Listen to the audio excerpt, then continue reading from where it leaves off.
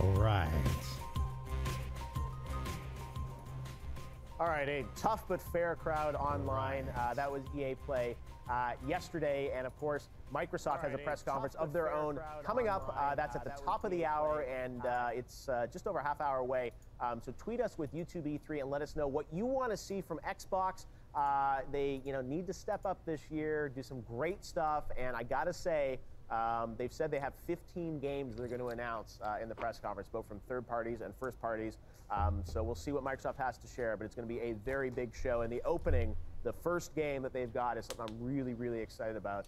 We'll be talking a lot more about that after the press conference. Well, let's go back to EA now. With me now is Cam Weber, who is the EVP and Group GM over at EA Sports, from Madden to FIFA to NBA Live. He's going to break down all the upcoming EA Sports titles. Cam, you guys had a big show yesterday, and sports, it's one of those tough games at E3 because people kind of know they're coming, right? So it's not shocking news that there's a new FIFA or Madden. But I will say, EA Sports, you guys have really been pushing in some interesting directions over the past couple of years. Let's start with Madden. You guys introduced Longshot last year, which I thought was a really powerful, cool, story-based experience in that game. And I guess the big news is Longshot is back again this year, right? Yes, absolutely. Our players loved Longshot. Yeah. It was a very heartfelt story. Cam Weber. Risks. Yep. Taking you to kind of the Texas high school football experience, very grassroots level experience. Yep. And with Longshot 2, we're going to keep that emotional kind of immersion and kind of more personal type experience. Yep. But this year, we listened to some of the feedback from our fans, and we're going to go a lot deeper into the NFL side of the experience this year, while still maintaining some of that kind of grassroots stuff as well. So you're not only going to have more of an NFL experience as Devin kind of goes to try and make it on as a starter in the national squad. It's Devin and Colt. Okay.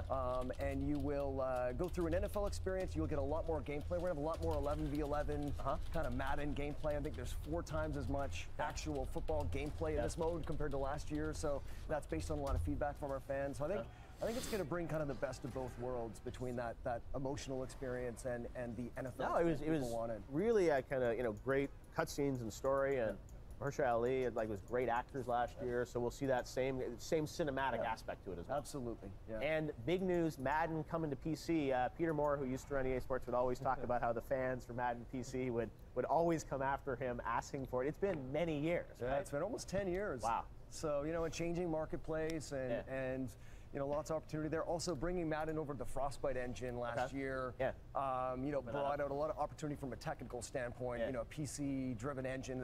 We have a PC build up and running in development, and so really exciting. It looks amazing on the PC. It plays well, and I can't wait for our fans to get a chance to play it on PC again after a long way out.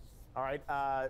Let's talk FIFA, Champions League. Lots of excitement yesterday around what you guys were sharing with FIFA. Tell us, that game, if you play FIFA and people around the world do, it's an incredible phenomenon what you guys have built, the business around FIFA.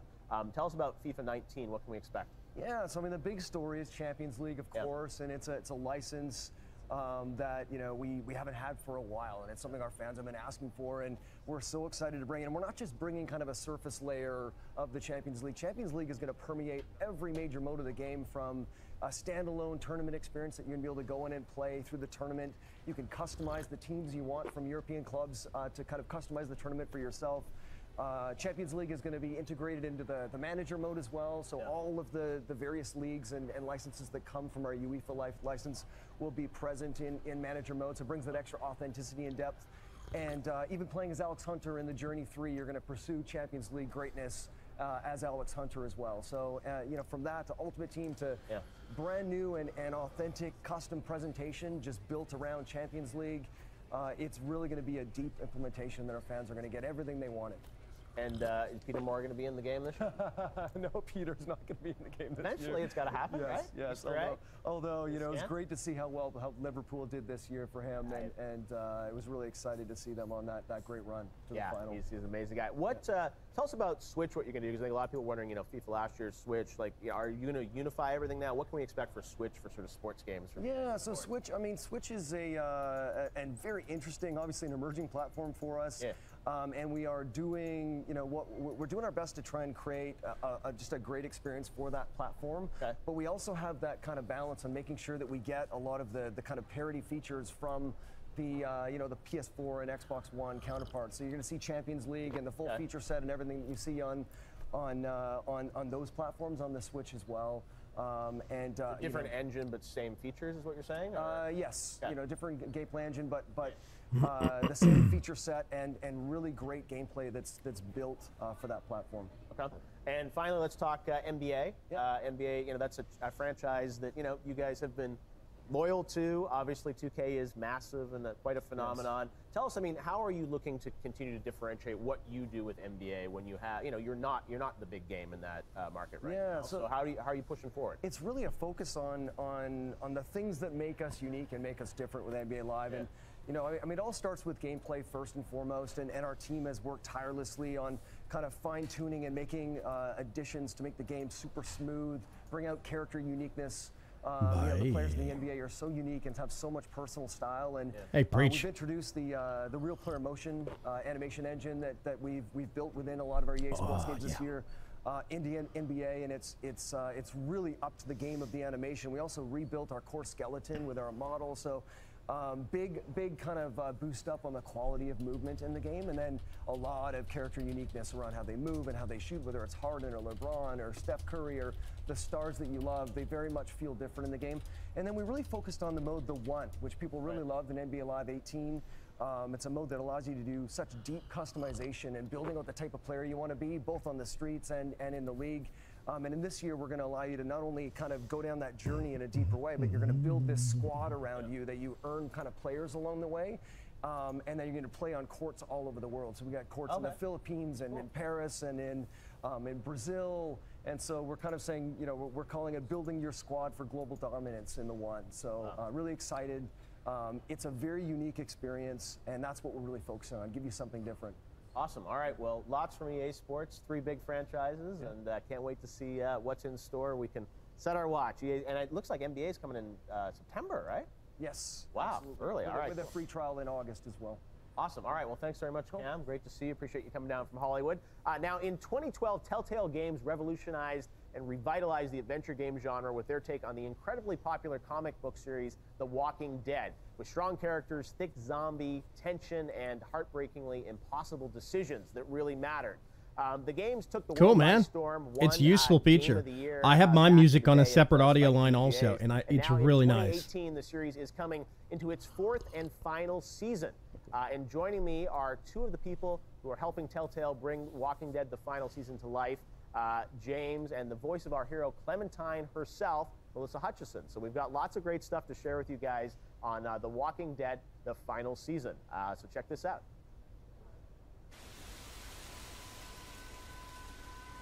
The Telltale games. Ugh. Not my speed.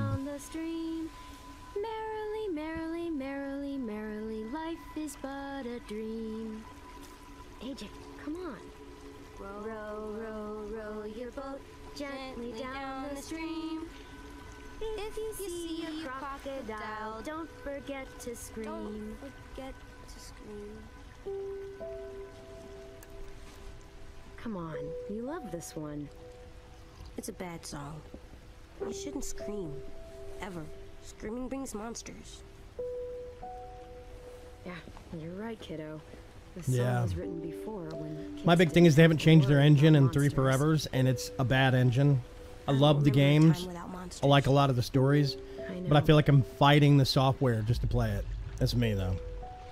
Oh, God, that's dark.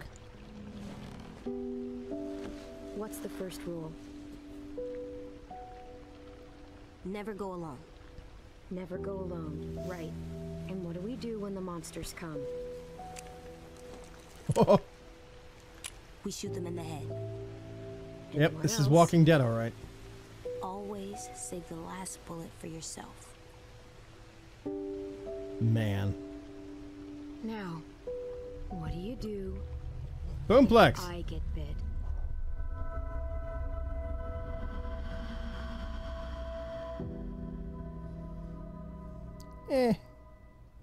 I've not followed the Walking Dead TV series past Clementine is back. Season 1.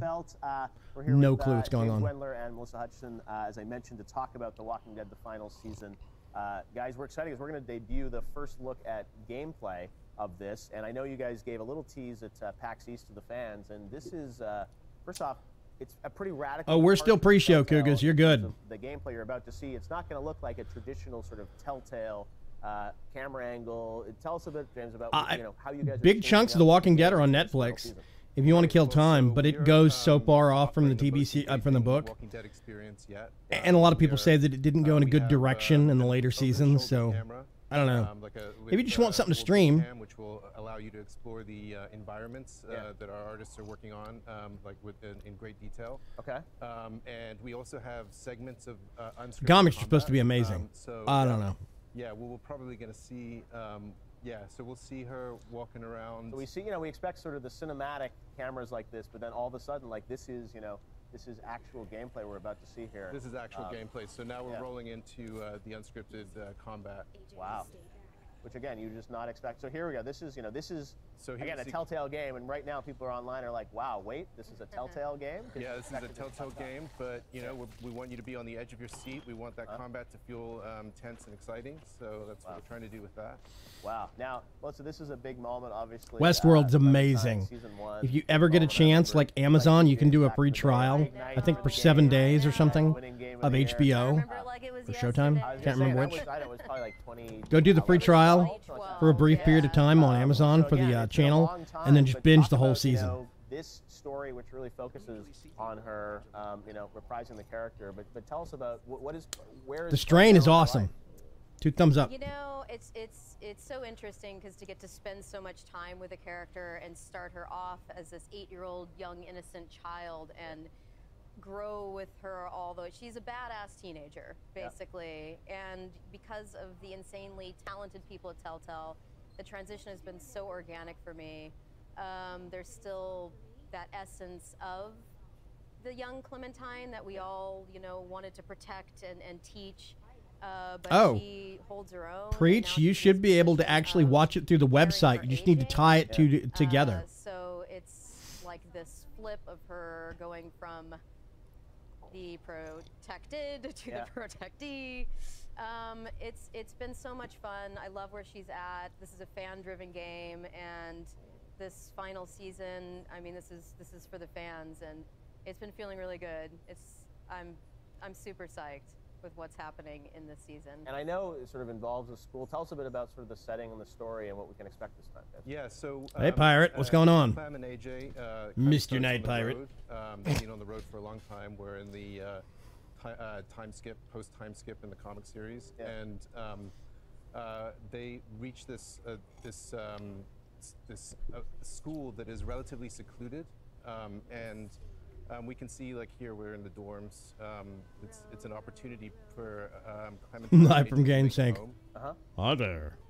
And obviously, choice, consequence, a big part of Telltale games always. So that's not going to change, right? Even though the camera angle might change a little bit. Tell us about sort of the branching and the storyline. How are you guys? Are you evolving that experience at all? Players should come to expect. They should get what they expect from a Telltale game. I mean, yes, we're working. This is The Walking Dead, final season of The Walking Dead. Now, Preach, if you go to HBO or Showtime's official website, you can log in with your provider, probably, and watch all the stuff on demand, all the back episodes. All right, and we know it's going to start in August. I think you guys said it's coming out. August 14th. August 14th. We even have a date on PC, Xbox, and PS4. All right, so final season of that, and you guys are thinking, will all the episodes come out this year, or how are you staggering? Yeah, we're planning for all of them to come out this year. Wow. Okay. About 17 minutes. Planned so far. Yes. All right. Well, we'll see more. Hey, Trunks. Clem back. Thanks for giving us a sneak peek at the final season. I'm excited to see how the gameplay plays when I get my hands on the controllers. So, thanks, guys, for stopping by. Have a great E3. Yeah. All right. Well, we are now less than 20 minutes out, 18 minutes out from Microsoft's show. Phil Spencer and the Xbox team, they're actually literally right across the way here from us in the Microsoft Theater, the home to the Game Awards. They will be live there with a lot of people, I think over 5,000 people. And we've got full coverage for you guys of that, both before, leading into it, and afterwards, and of course the entire press conference uninterrupted. But right now, let's check in with what's getting hyped on social media using the YouTube E3 hashtag. Oh, God.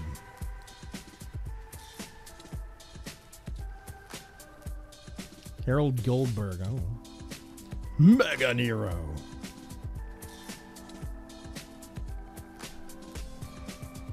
Oh, they'll probably have Minecraft something, yes.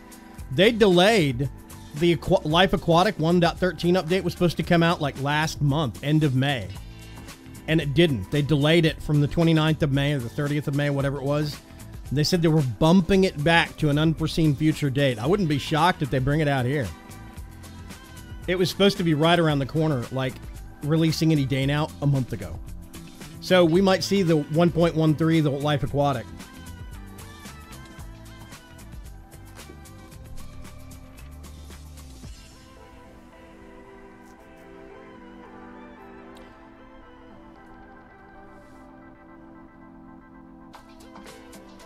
Here's a War 5.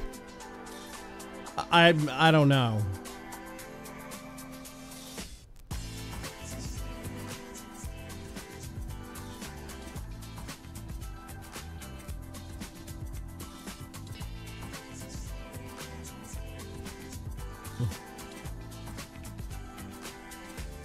I think it's just about home.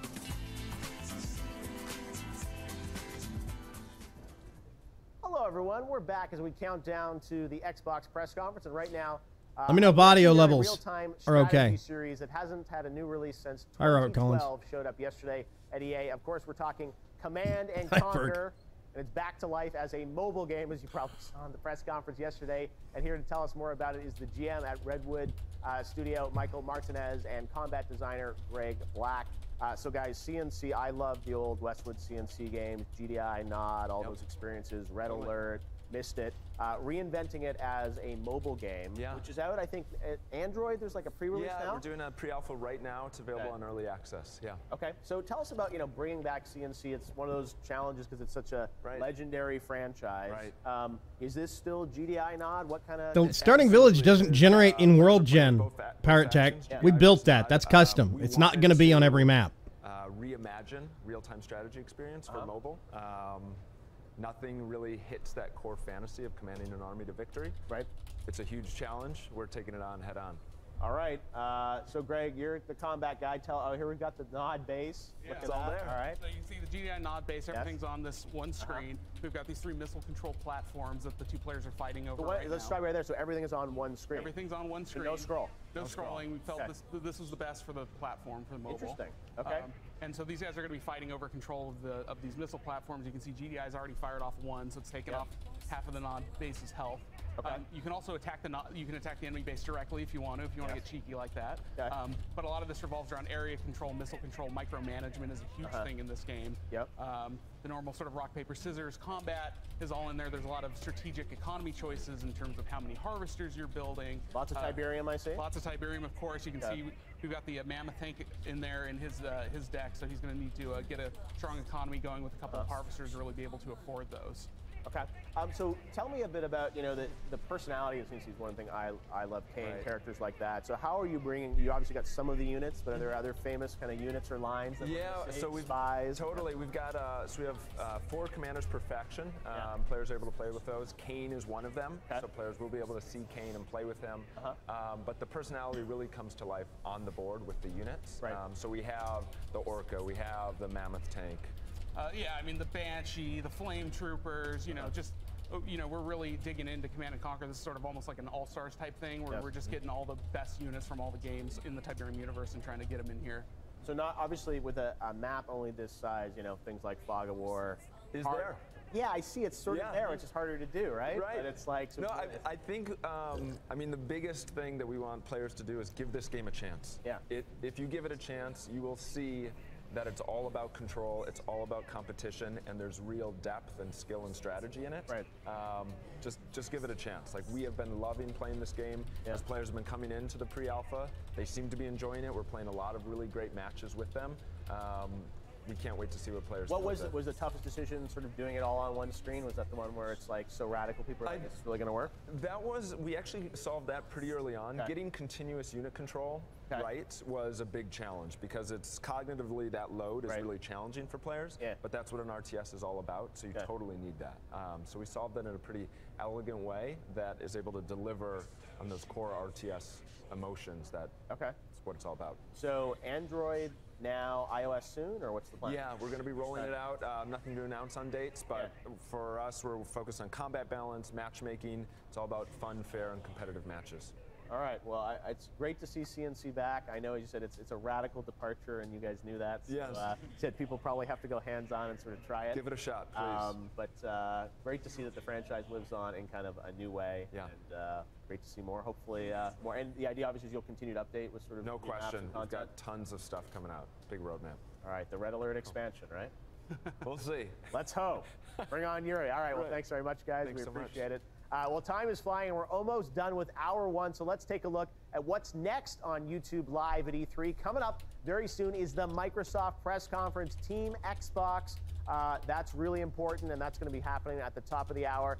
Then, right after the press conference, we've got some exclusive footage from Soul Calibur 6, the first gameplay of one of the big characters we'll be revealing, and then we'll take a dive into the world of Kingdom Hearts 3, announced overnight that it's coming out in January 2019. So a little delay because they had previously promised 2018 from Nomura, but it'll be end of January. We'll talk about that. And later today, we'll have a look at Call of Duty Black Ops 4 with David Bondahar and Dan Bunting from Treyarch will be with us. So we've got lots of great stuff coming up on YouTube Live at E3 today. All you need for video games, 8 hours live. We're only 1 hour in, and we are getting dangerously close. 10 minutes out to the Xbox press conference. And now we are officially joined by some very special guests to talk about Microsoft's press conference. We got to get our predictions in. So joining us, returning, Boogie. I haven't even seen you yet. I'll give you a hug after, but thank you for coming out. Thanks for having me out, man. It's so great to have you. To be here. It's going to be a fun E3 alongside Rooster Teeth's Bernie Burns, the co-creator of YouTube Red's Good Game, Michelle Morrow, and Angry Joe. Hey. Hi, guys. How you doing? What's that, Jack? This is quite the team. How you doing? You look very dapper today. Thank you. It's a big day, and I'm excited we're all here. And the press conference is literally right there. Someone from Xbox texted me. It's like, you're stealing Bernie. He's got to be there for the open of the press conference. I have to run after this. Not that I'm doing anything official, but no, you know. You never know, right? So, anyway, so let's talk about Xbox. You know, a big press conference, lots of rumors, news. What do you guys? We'll start with you, Bernie, because I mean, Halo, Xbox. That's defined the early days of Rooster Teeth and Buda, Texas. You know, red versus blue. What do you want to see at Xbox? There hasn't been a lot of Halo news for a while. Well, I think the big thing that I want to see, which I think a lot of people want to see, is I want to see Xbox announce some really big exclusive single-player games. Because I think over the last year, they've had a lot of exclusive titles. They've just leaned so heavily into multiplayer with like PUBG and Sea of Thieves and even State of Decay 2. I just want to see some epic single-player campaigns. All right, fair point. You think we'll see Halo today? I have no. This is catching me completely off guard. Like some of the rumors I'm hearing, but they're flying this morning. Yeah, some rumors of like a Halo Infinity or something, an online thing or something. So yeah, I don't know. We'll have to see. Even talked about different developers, which is interesting. Yeah. So, well, because Halo's been quiet for a while. I think I was talking to the Xbox Fan Fest kids, and they were all like, "Oh, I want Halo 6, Halo 6." I wonder if they're just going to do a Halo 6 or they're going to kind of change it up a little bit. So, Joe, what do you want out of Xbox? Jeff, what's going to make you happy?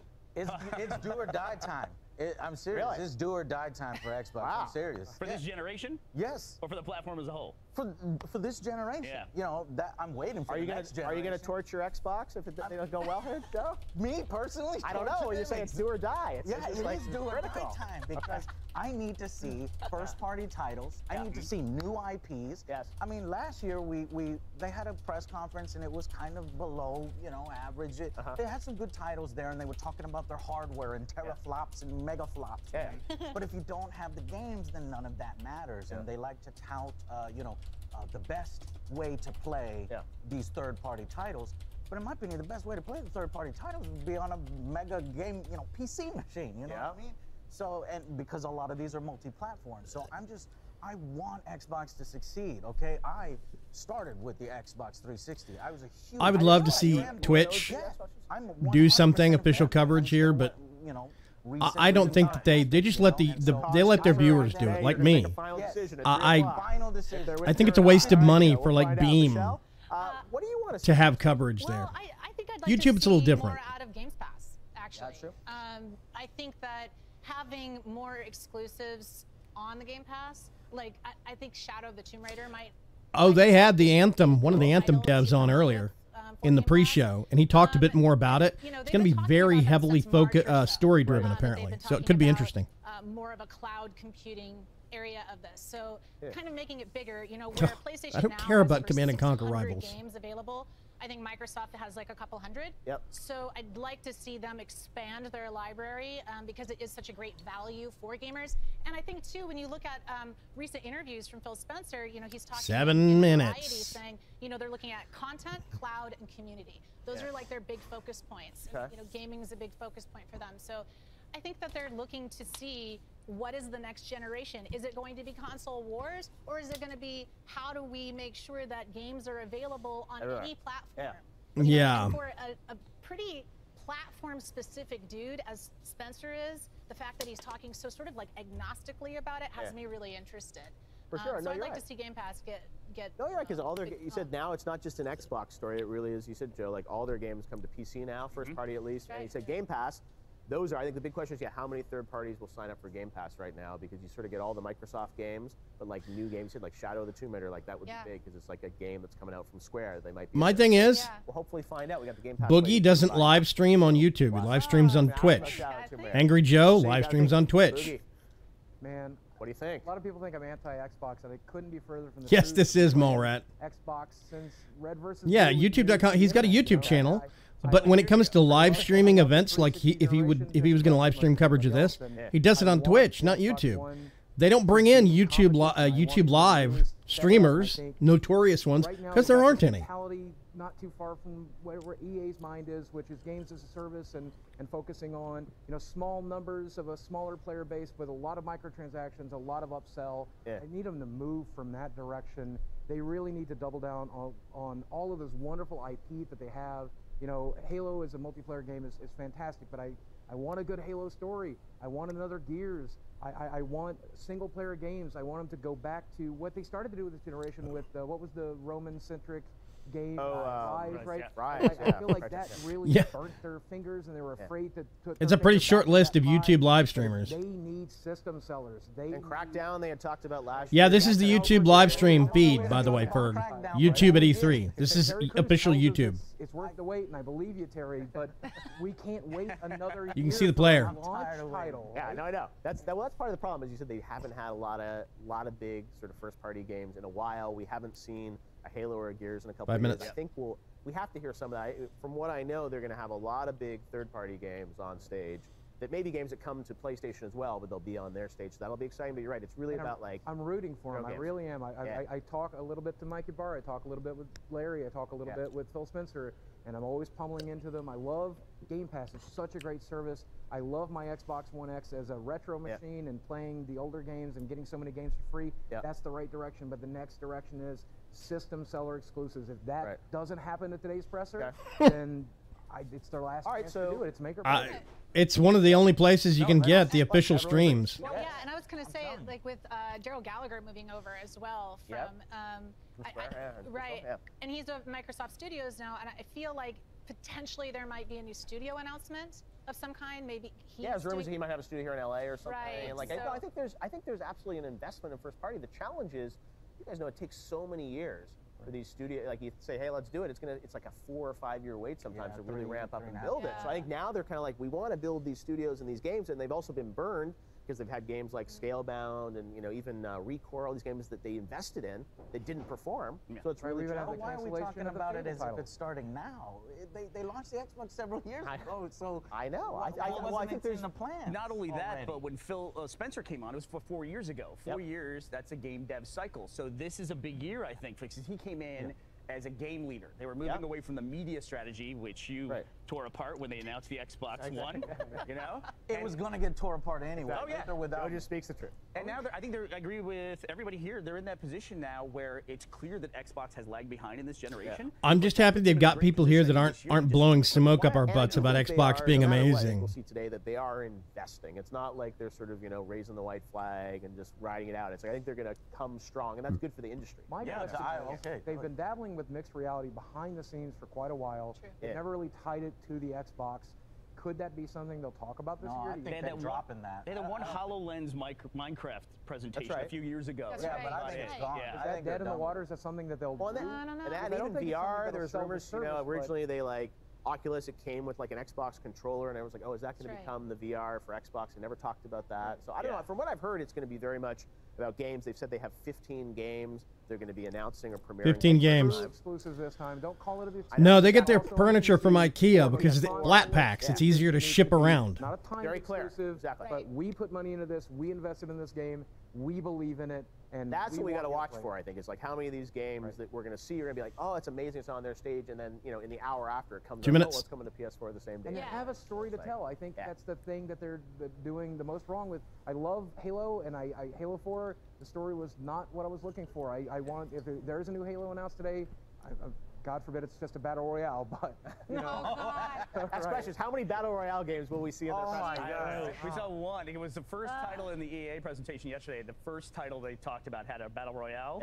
mode, but they didn't talk about it after that. So far we've got one. We're gonna get a Madden battle royale. We're gonna get a FIFA battle royale. Let's just hope for Fable. Right. Fable came back. So last round prediction. What one game do you hope that they announce or talk about today? First or third party? Fable. Fable. Fable's great. Yeah, I'm a ride or die Halo guy.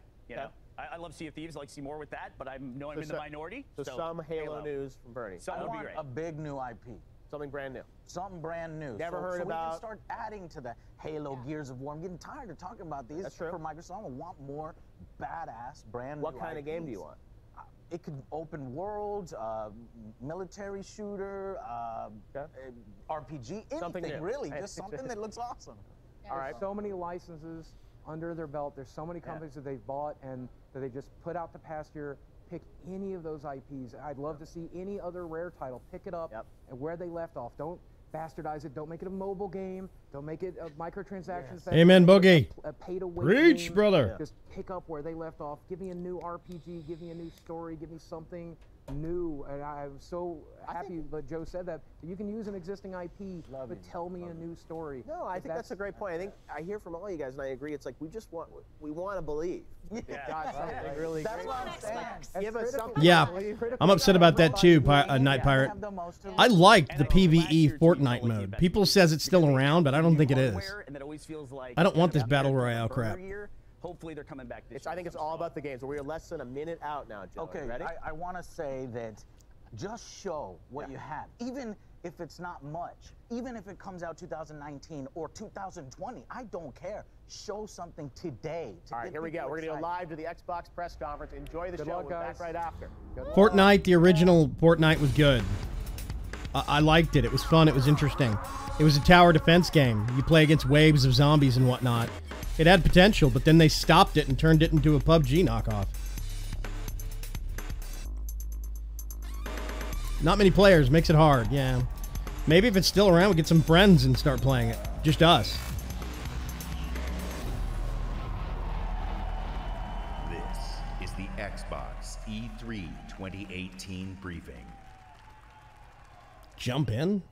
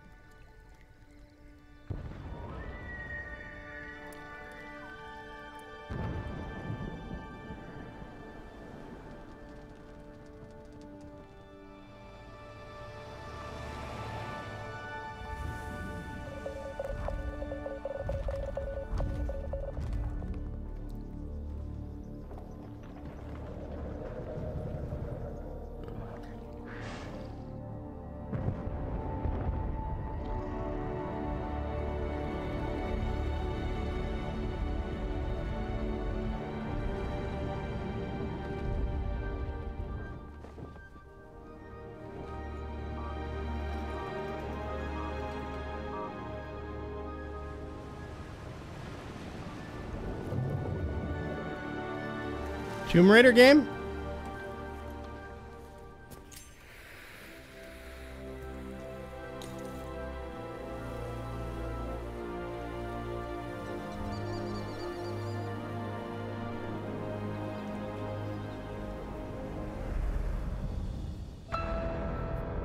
There we go. Halo. And the crowd goes wild.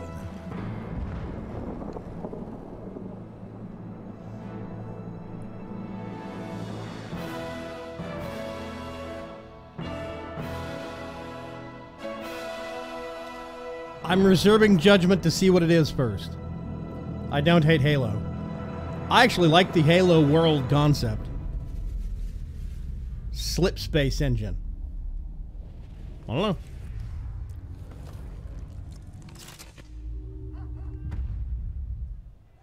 Huh. Okay. Don't know. Please welcome the head of Xbox. Oh, Red goes, Phil Spencer.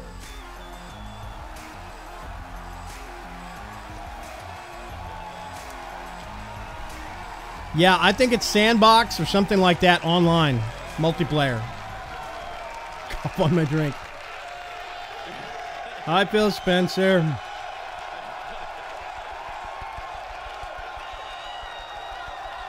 With Halo Infinite, we will join Master Chief on his greatest adventure yet. Oh, we're going to hear about Save it. humanity. We're now at a moment of exceptional creativity in gaming. That's the point, Malrat. Can't wait to show you what Creativity Unleashed looks like for you. So to all the gamers around the world, across time zones and languages, to every single person watching us on TV and on Mixer, and to our largest ever live audience, the thousands of you with us right here. They got to get that Mixer plug in. Welcome to E3 2018.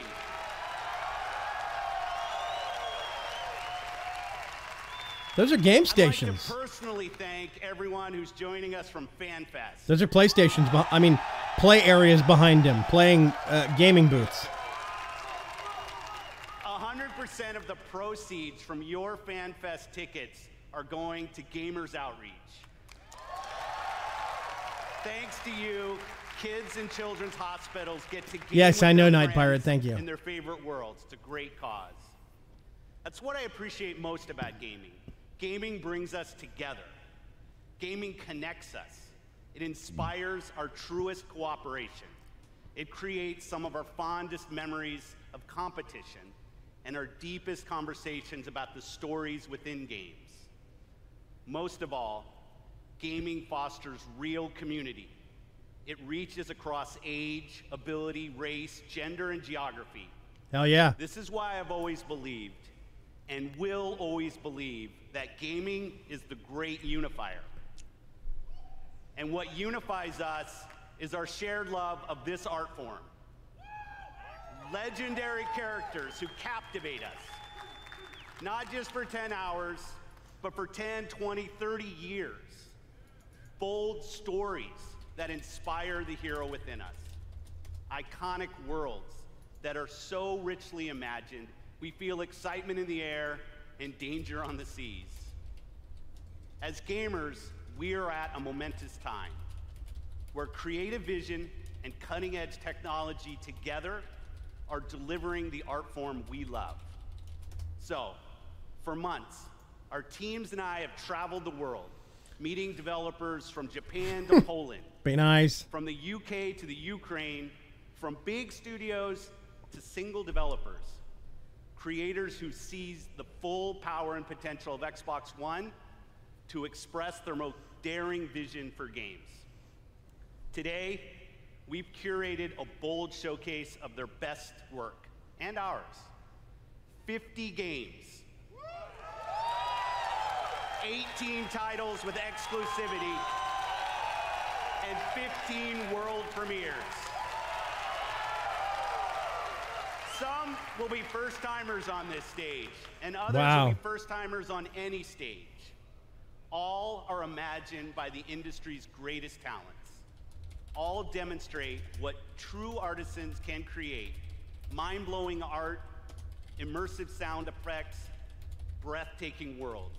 So let's jump in. Exclusive.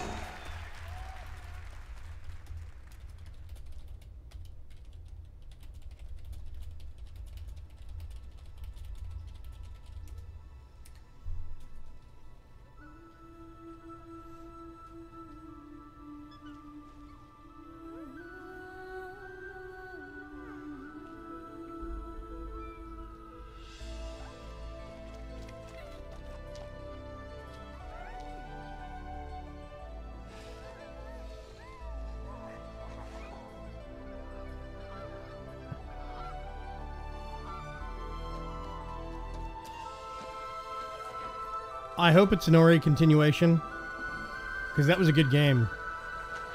But I'll take new, too.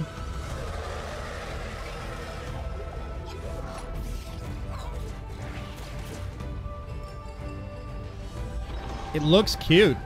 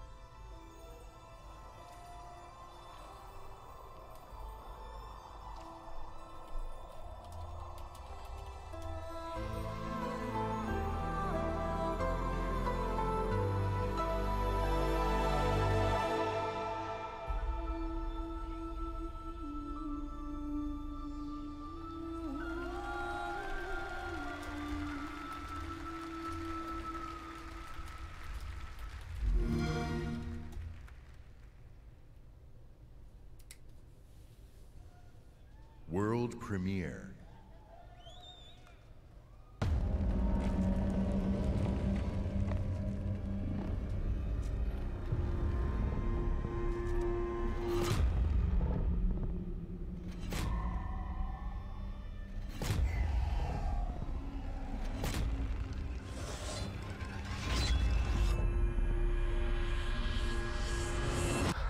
So you're awake.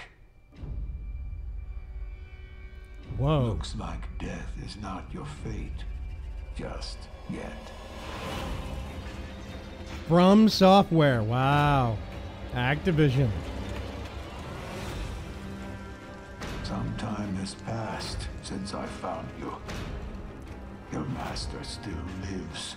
They'll soon make use of his bloodline. The limb you have lost will give way to something more useful. You'll learn to appreciate its worth. Katana souls the katanaing.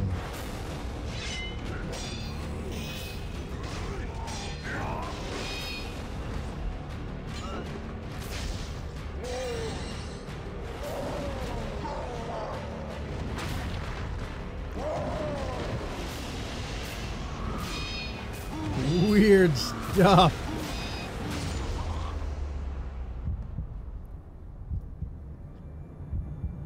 Your death won't come easily.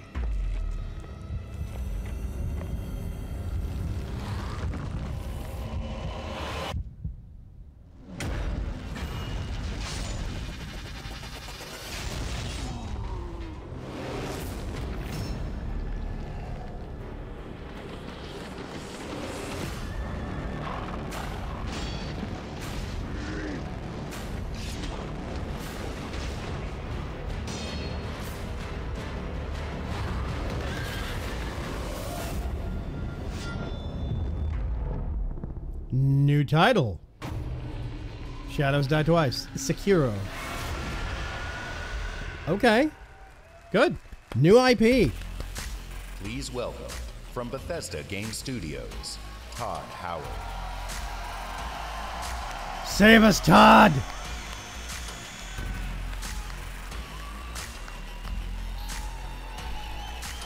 Sekiro looks scary. Nice, but scary.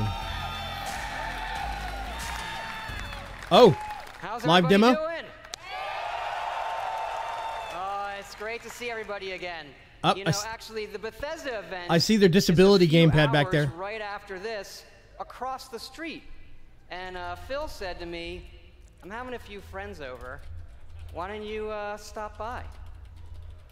And look, I know Phil is really, really charming, but damn, he's got a lot of friends. And the good news is, you're our friends too.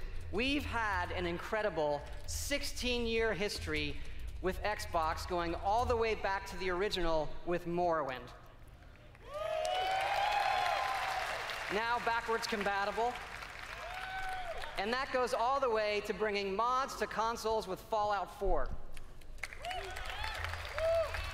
And now we are bringing the Fallout universe to Xbox Game Pass with Fallout 4 launching today.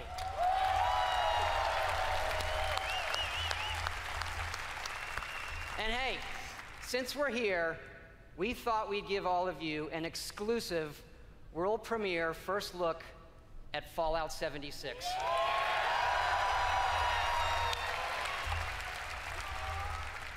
Yes, Fallout 76 is a prequel to all the other games, and it is our biggest one yet. It is 4 times the size of Fallout 4. Set in the hills of West Virginia, you are one of the first to emerge into an untamed and very different wasteland.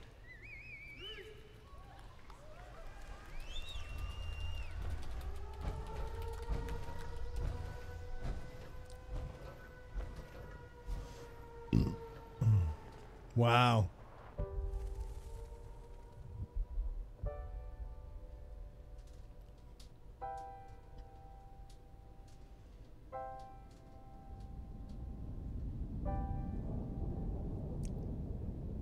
Bye.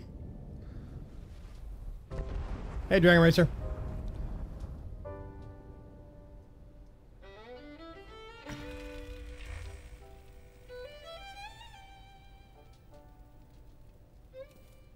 Years after our great nation began, we gathered together to honor the completion of Vault 76. Sugar This bombs. Sprawling underground shelter may have been engineered by Vault Tech, but it was built by you. So that if the bombs do come, our way of life will endure. Almost heaven, West Virginia, Blue Ridge Mountains, Shenandoah River. Life is all there, older than the trees, younger than the mountains, blowing like the breeze. Country roads, take me home to the place where I belong. West Virginia. Can't help myself. Mama, take me home. Country roads. That was an early stage of Super When Mutant. the fighting is stopped and the fallout has settled, you must rebuild. Not just walls, not just buildings, but hearts and minds, and ultimately, America itself. Country roads, take me home, take me home. Country roads. In Vault 76, our future begins. No gameplay. That's gonna be tonight, probably.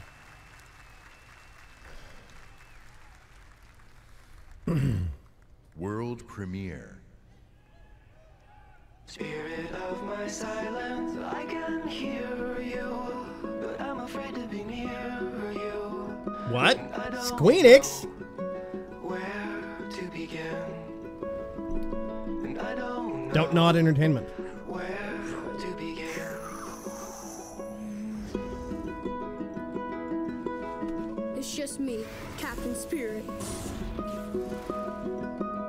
This is Chris to the Flying Fortress. Have you spotted Snowmancer? Not yet. I'll be streaming it, Trunks. Chris. The Bethesda presser. Okay, Dad. So come hang out with us. You're drinking beer? I don't need a lecture from my son. I Oh, always great. get picked last for the team at school, and they never throw the ball to me. They can't tell stories like you can they? No way. Start the launch.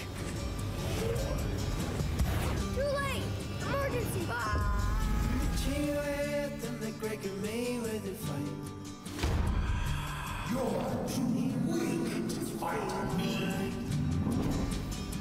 This could be good. This time, you won't get away from me. gonna be like Calvin and Hobbes, the video game.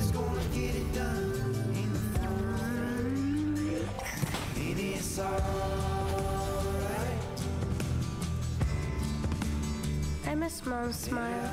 Me too. Yeah, exactly. You're probably gonna Cuckoos. change the world. I hope so. I know so. Captain Spirit is here!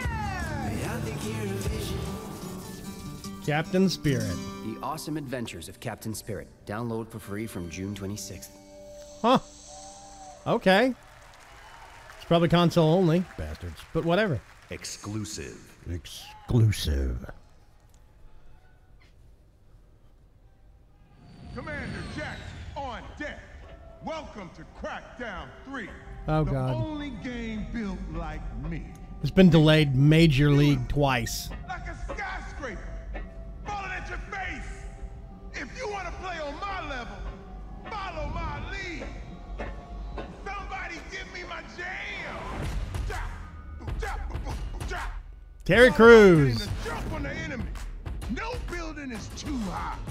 60 Yep. stories up. Incoming. You gotta build up that raw power. Grab more. Grow more. Nama, nama, nama. Big. Bigger. Jackson! Then you need that firepower. Homing rocket gun. Bullseye. Vortex cannon. See ya. Graviton tether. Have you two met? And the most powerful weapon of all, me. And then I roll out like a boss. I can push off fools, pull up the side of a building, or even bust out my very own tank. Oh yeah. Boom shakalaka! Man, these bad guys just won't quit. They got mad scientists, and Also, hi, Fox. master plan. Here we go! The hits just keep on. No, it's not Tron. It's Crackdown.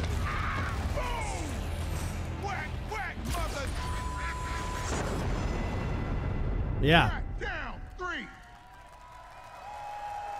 It's been delayed like major twice. It was supposed to come out year before last, 2017. No, early 2017. Yeah, yeah. So last year. We will take back our world from the scourge of the machines.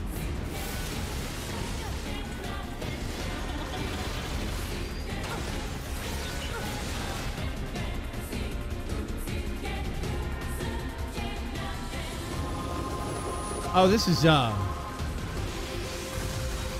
Neo. Nier. To mankind. Become as Gods edition. Yep. Yeah, it looks better on Xbox One S enhanced. Not One enhanced, One S enhanced. Welcome. And the skies rained missiles. Oh, Metro. And the ground burned to ash. And the seas boiled, and people turned into shadows. So let us not fear the heretics at our door.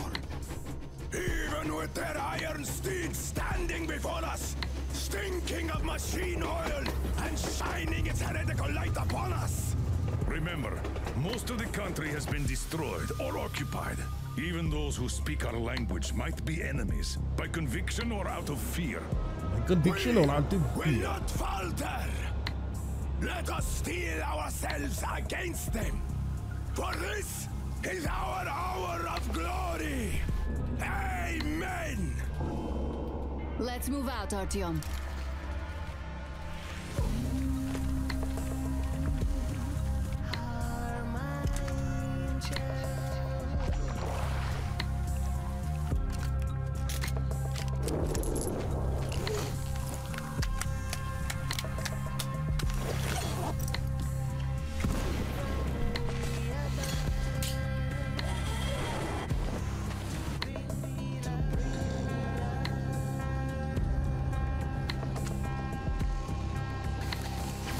They want blood, they will get it. We'll cross it no matter what those fanatics think.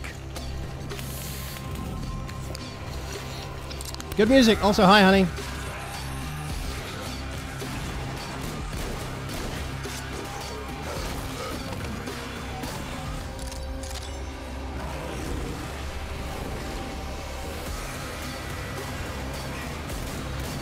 It reminds me of the Christian Bale movie where dragons took over the world.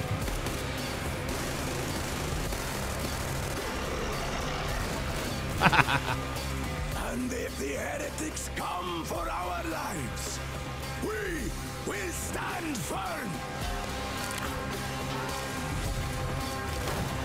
So you got me, you damned heretics.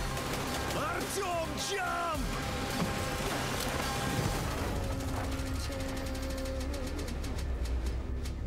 Yeah, Reign of Fire. It kind of reminds me of Reign of Fire, but in Russia. Metro Exodus. I'm real curious about that game. Also, it's the same day Anthem comes out.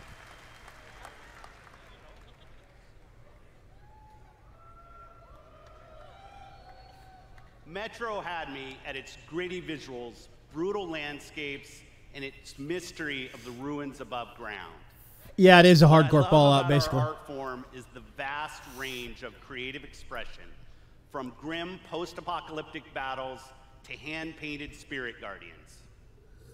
Whatever world these creators build, whatever story they tell, whatever sound effects they use, we will work with creators to guarantee that their games look and play best on Xbox One. Like this next game, generations have loved role-playing games from Inventive Studios in Japan. Uh-oh. Our next game is the latest in a legendary series. For the first time ever on Xbox, Kingdom Hearts. What?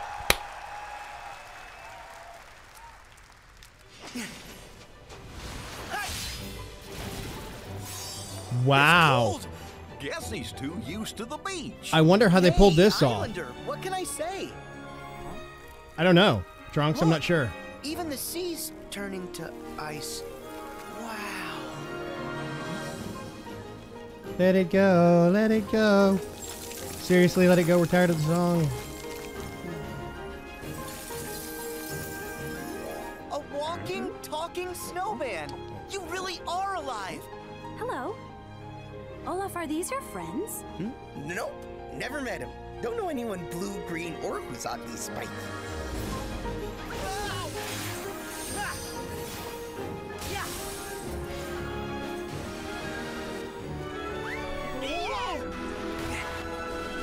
Give me strength.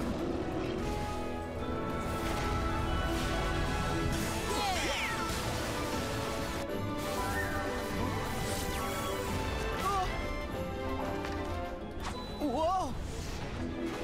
Yeah! Ha! Take this! I've always wanted to play Kingdom Hearts, but I was always on the wrong platform for it. Of course, I don't have any of them now.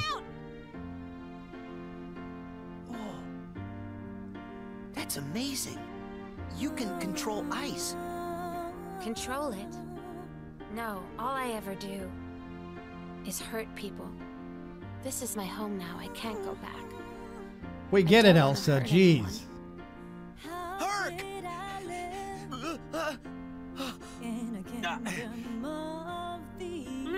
This music really doesn't fit. This is a super awkward trailer. Things they don't really mean. Oh, you're only everything I ever dreamed. Roxas does exist. His heart's inside my heart. The other Twilight Town is just data. So what will Elsa accept? Light or darkness? I know I want to know. Well, good for you, but guess what? I won't let her fall to darkness.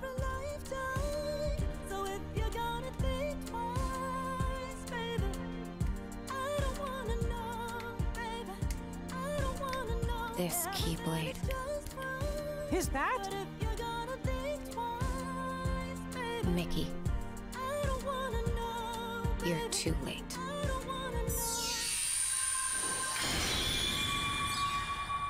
Kingdom Hearts 3. Sephiroth. Sephiroth. Sephiroth. Exclusive. Exclusive.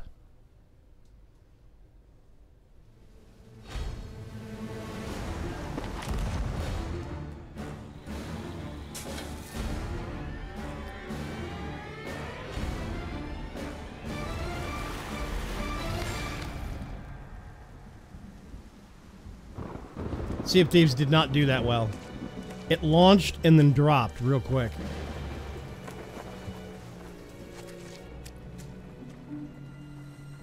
You needn't cower in the doorway. I actually like meeting new people. Besides, the conversation with my friend here has reached a bit of an impasse. I think he just needs a moment to cool off. Now, I sense that you brought me something to inspect. Show me. Oh.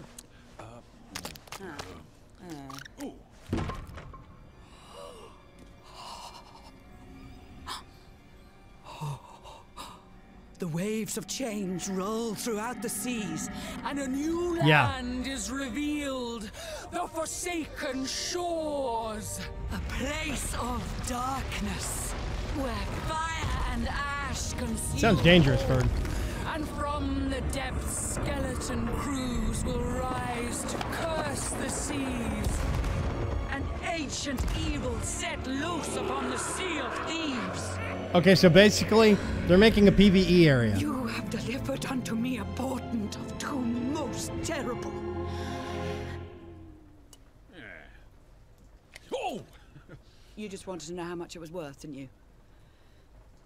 Fine, I'll give you 10 for it. Cursed Tales and Forsaken Shores. Basically, they made an area that's PvE, so you have to deal with NPC pirate ships instead of players.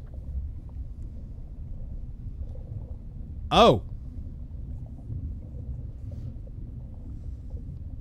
We saw this yesterday. We saw a teaser for it.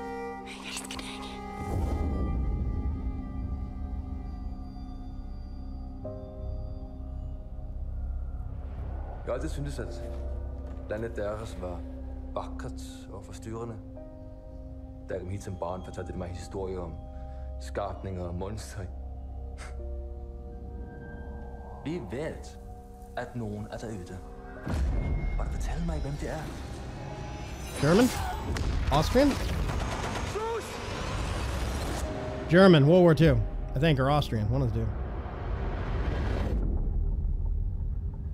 Battlefield 5. Battlefield Vaygrim. Exclusive.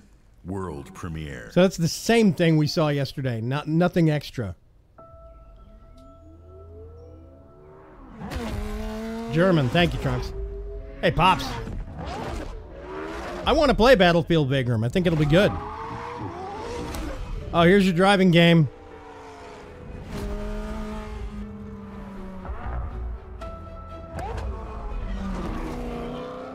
The speed grenade. Forza? I don't know.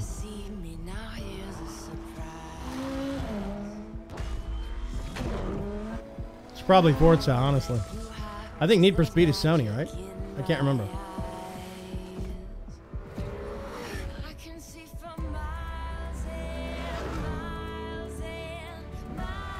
Battlefield Royale. It's not really, because it's team versus team, which means it's automatically not Battle Royale. Battle Royale is just a catchphrase that's lost its meaning. It's like a blockchain.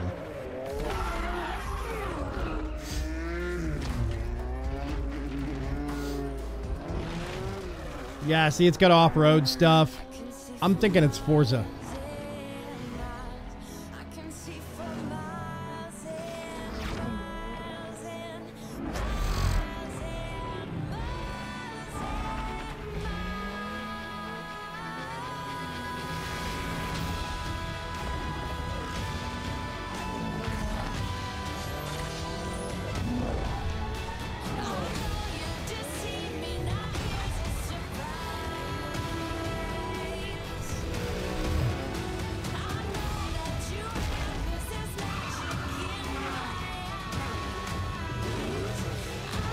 Hovercrafts? This might not be Forza. Yeah, it is. Okay, Forza 4, Horizon. Yeah. There you go. Please welcome, From Playground Games, Ralph Fulton.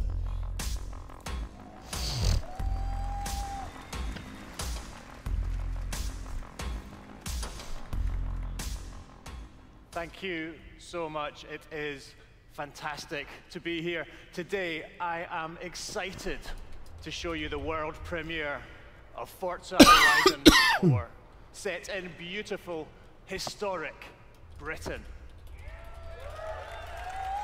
Forza Horizon 4 features dynamic seasons in a shared open world, and seasons change everything. Let me introduce you to some of our team who will be helping demo the game today. Please welcome Bill, who is online with a few friends in the beautiful English countryside. He has chosen the incredible new McLaren Senna. And say hi to Solomon, who is hanging out with his buddies on the streets of Scotland's capital, Edinburgh. So Solomon is driving the Hoonigan Ford Focus. And please welcome Andy, whose off-road buggy is perfect for taking jumps, scaling rocky terrain, and having fun on the coastline of Britain. But first, let's join Rebecca. She is enjoying the summer in her highly customized Nissan Silvia.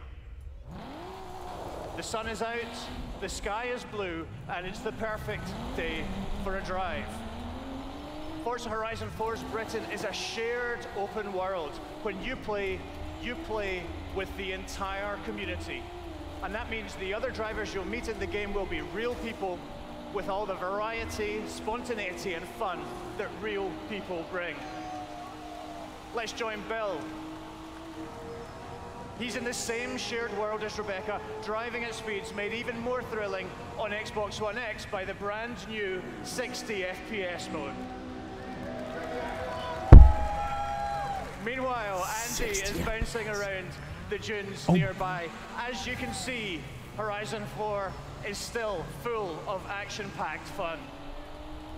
And now we're going to show you how seasons change everything.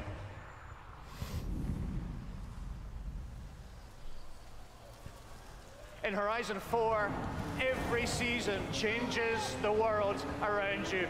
Now they're dumping crap from the ceiling. Beauty and unique gameplay. One of the great things about this shared world is that it's easy to interact with the people you meet. Here, Solomon and Rebecca use the new quick chat feature on the D-pad to start a new friendship. It looks like Rebecca has found some like-minded friends. Convoy? Convoy. It's great to play solo, but it's better to play with others. Horizon 4 lets you seamlessly enter co-op from within the game world. Seasons, time of day, and weather conditions are dynamic, but they are synchronized for every player, so the entire community will experience them at the same time. There's no way this is the UK. Now, as much as we'd all love to sit and watch the sun go down together, let's see how this scene looks in winter.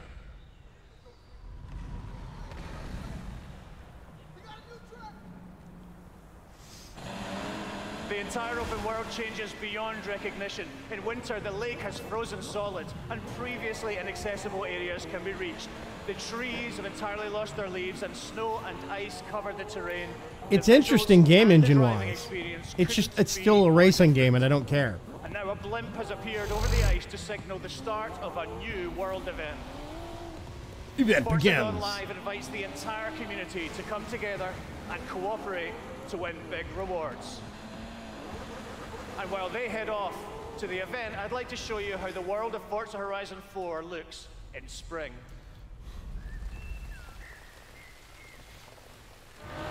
Once again, the world changes completely with the seasons, bringing new driving experiences, new gameplay, and new events across the whole world. Every season, there are new reasons to play Forza Horizon 4, and the huge, creative, fun-loving Horizon community will be there to enjoy them with you. Boom, stone wall, no damage. No damage. You've seen a completely new take on Horizon. In Forza Horizon 4, you will live, in a You got it right, vast, Ferg. beautiful world in which dynamic seasons change everything. Forza Horizon 4 is coming to Xbox One and Windows 10 on October 2nd, and I am thrilled to announce that it will be included in Xbox Game Pass on the same day. Thank you so much. Please welcome back Phil Spencer. Hi, Phil. Thank God they learned. They got Phil Spencer instead of some awkward celeb to do this. We know that exclusive games from our Microsoft studios are what originally turned so many of us into Xbox fans. My team and I take our commitment to you seriously, to make Xbox One the best place for you to play and for you to have the best games on the world's most powerful console. This is why we're increasing our investment in our existing franchises that you already love. And this is why we are amplifying our investment in new worlds that will deepen your love for gaming on Xbox. We embarked on a quest to find creative teams that have the mastery of our art form. And we found innovative game designers, master storytellers, exceptional world builders. And now, I'm proud to introduce the creation of a brand new Microsoft studio, The Initiative. Led by Daryl Gallagher, a visionary storyteller who has worked across some of the most iconic franchises for over 20 years. This new Santa Monica studio is building a team of world-class talent to create groundbreaking new game experiences. And next, I'm excited to welcome Undead Labs to Microsoft Studios. Okay. This studio caught our attention with their visionary approach to building a zombie survival franchise. They just released their second Infestation into the world, and in the first 2 weeks, over 2 million of you have joined the fight to survive. Undead Labs. Second Infestation. It's my distinct pleasure to announce that we have acquired Playground Games. Uh-oh. This is one of the highest-rated studios of this generation, celebrated for their incredible craftsmanship. Not only will Playground Games continue to work on Forza Horizon, they're bringing their open-world expertise to an entirely new project. We can't wait to share more about that later. And for the fourth new studio, it's my personal honor to welcome Ninja Theory to Microsoft Studios. Holy crap.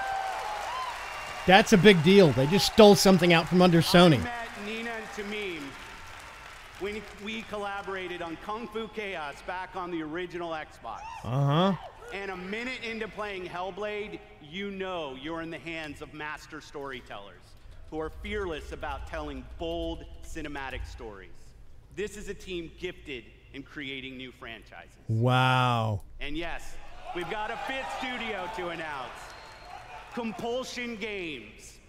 2 years ago, we premiered a game we couldn't get out We of Happy Few. A game that captivated us with its strong, fresh, and intense storytelling.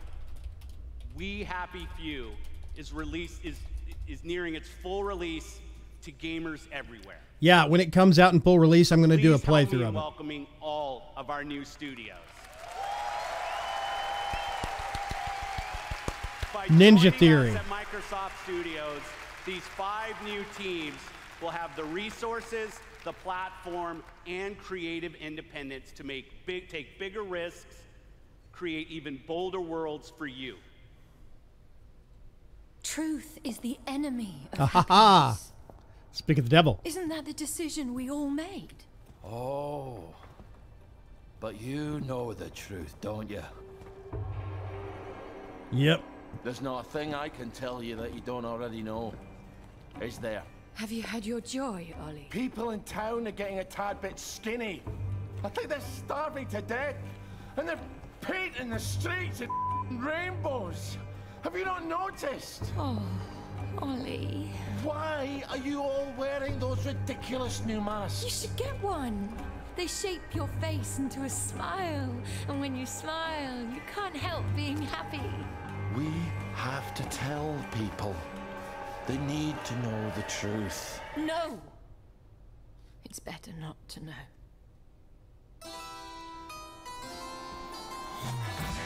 Wiki, everybody. And it's another... I really loved We Happy Few, but there were too many bugs between updates. If it hits release, I'll replay it though. Arthur, we're practically the only two people in this entire city not stoned out of our minds on joy. It's not a lovely day for it. It's a terrible day for it. It's a great setting. Robots made out of meat. Where is it? Where's the blackberry? You've gone too far this time.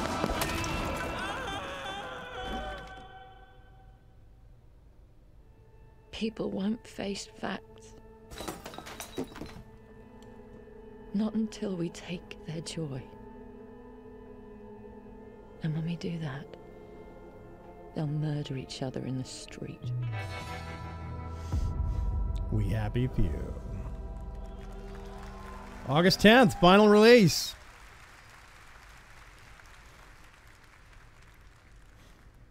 Exclusive.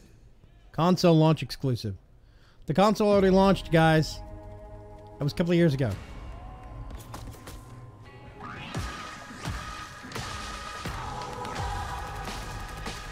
Just Cause 4.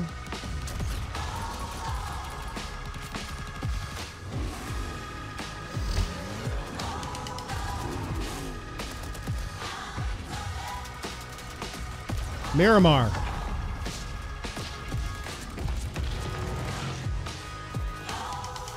This isn't PUBG.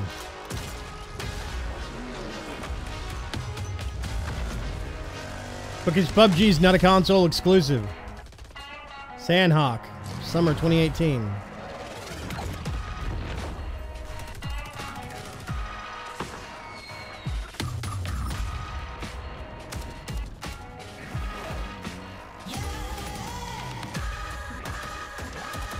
I mean, it's a battle royale game, obviously.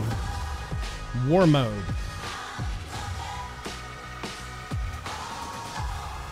That's team versus team, basically.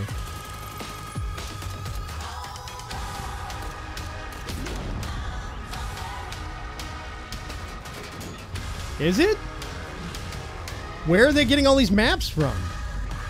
Because they haven't been working on anything new. They have like one new map, 2 new maps.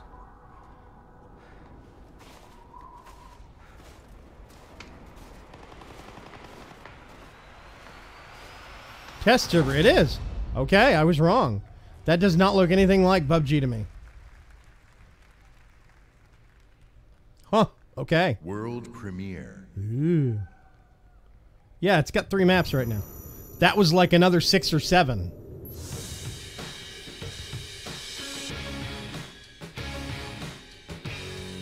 Oh God.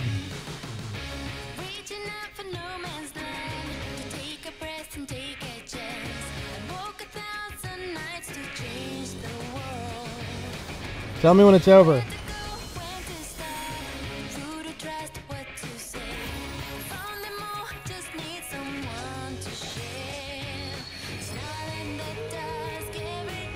I'm sorry, I can't stand anime. 9 times out of 10.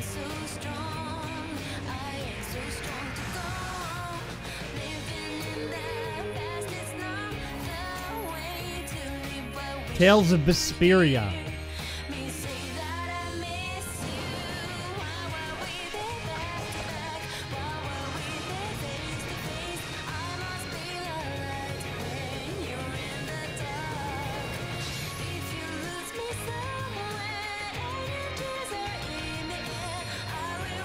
Who fires a bow like that?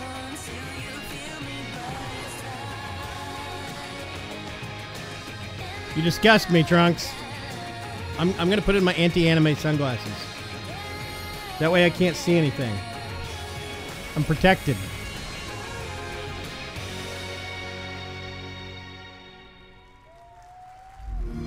4 people. 4 people cheered for that. World premiere.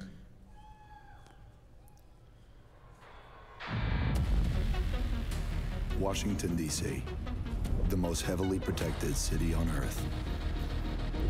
Within its limits, 177 foreign embassies, 550 elected officials, and 23,000 military personnel. Is it the Division? In the event of an attack, critical personnel are evacuated, underground shelters open, while complex defense systems patrol the sky. But nothing stopped the virus. 27 days after patient 0, Washington fell. It began with riots on K Street, then shootings in the National Mall. Troops withdrew to bunkers. Civilians were left in the streets. America is on the brink of collapse, but some people have survived. Gardens grow on rooftops, their fences patrolled with rifles, in communities that live under constant siege. Survival has taken the form of urban warfare. Centuries ago, on this very soil, brother fought brother, spilling blood Please to don't forge suck. the United States. History is threatening to repeat itself. Now, in the heat of summer, 6 months after the outbreak began, Yep. a remnant of a corrupt state lurks in the shadows, ready to engage in a new civil war. Agents of the Division are the only ones standing against it. Yes! But how do you save a nation when its enemies come from within?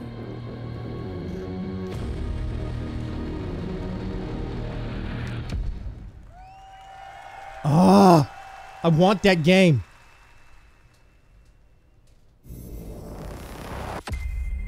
They announced it here. They show gameplay at the Ubisoft conference.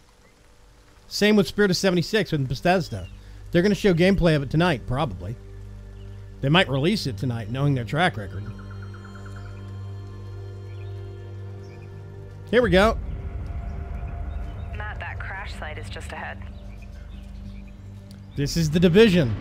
It's Division in summer. The first one is in winter, 6 months after. Dude, That's Kit, did you guys hear that? That's exactly the right timeline.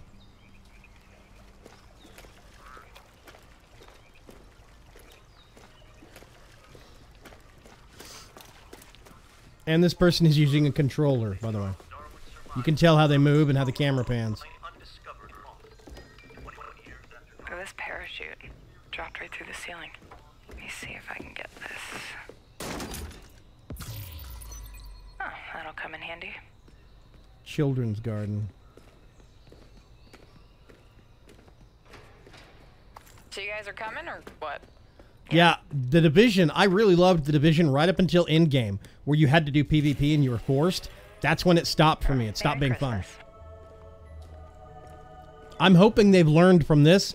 It could be really good, because I loved the game mechanics in the Division. So hopefully they've learned and they're putting more story content and player versus environment stuff in there, and it's not just open PvP constantly. Talk to this guy. Yeah, they're in the Smithsonian. Good spot, Preach. Yeah, yeah. Okay, meet us at the sinkhole? Yep. Yep, 100% Trunks. And I will play this right up until whatever the equivalent of the Dark Zone is. Then I'm out. But I'm definitely grabbing it if it's even half as good as the original game. Oh, man. Okay, definitely from the capital. I love this kind of You should stuff. have a new side mission on the map. Yeah, we're not that far. Okay, do it after the crash site? Sounds Had good. great visuals, too. They're just ahead of us, Matt. I liked how you could traverse the map going across the city. Hey, I see you. Or you could fast travel if you wanted. Kit, we gotta get you leveled up. I know, please help. I've been busy. Toxic chemical residue detected. A lot of loot down there. Hey, you guys should really check this out. Almost there. Yeah, it had good climbing, traversal. Well, way better. I'm tempering my expectations on that. This is an E3 trailer. Let me adjust my build. But I mean, it's got the same kind of cues. Oh. Yes. Yeah. Chem cloud out. Matt, can you flank them and get a clear shot? I'll take that sniper on top. Wait for it. Got her.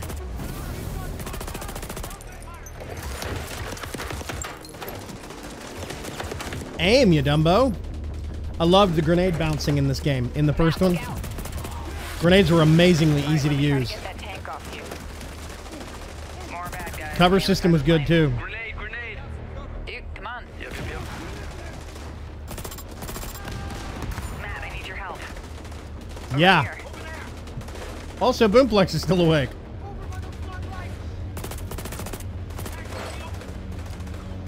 Seeker mine. Boom, if you get this, we're probably going to have a whole bunch of people in the league that'll get it too.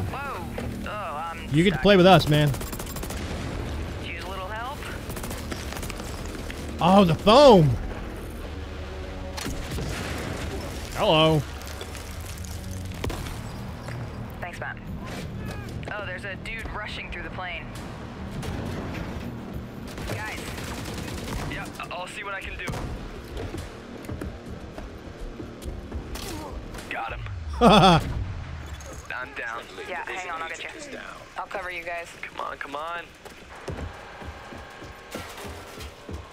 Fake news, always raining. Summer? It's raining. Oh, crap. Matt, Oh, wow. Yeah, boss. Setting my drone. Crossbow. I've got this guy behind the tank. Oh. Alright, just lay Did you it on see it. that? He tossed it and these little things went up and then target tracked. That's dope. They called it a hive. You're on your own. Keep going. Good job. Level up. Level 30. Oh, sweet. Congrats. Alright, flare is up. Control point is ours. Nice. Guys want to check out the plane? Let's go. I'm liking this. Ballistic residue. Looks like a rough landing.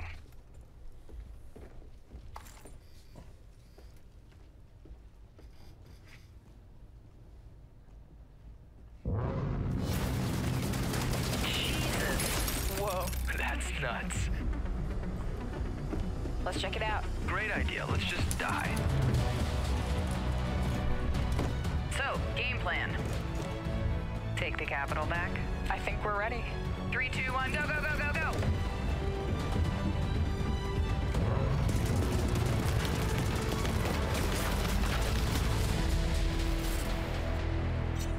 I want to play that game so bad. March 15th comes out next year. Good. Please welcome the head of engineering, Xbox Game Pass, Ashley Spiker.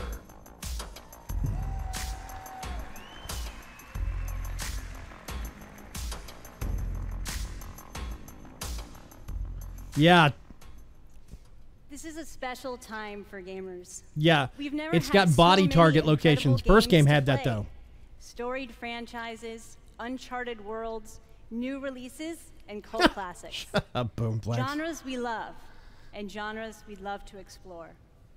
There's only one problem. Too often we are forced to choose one amazing game over another. So we set out to solve that problem.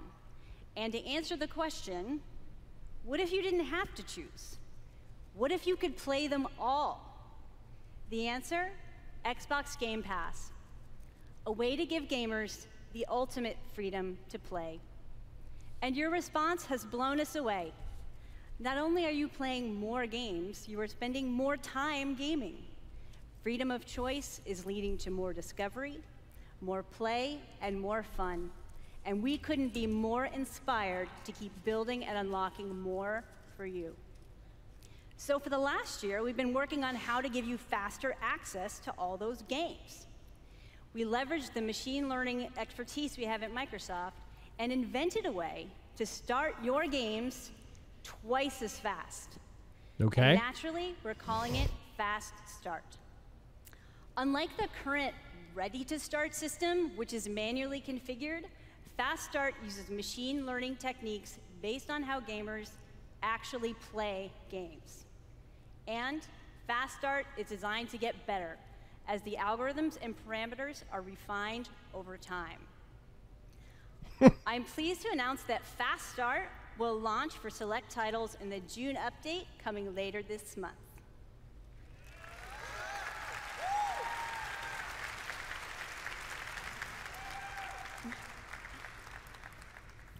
Ultimately, it all comes down to the games.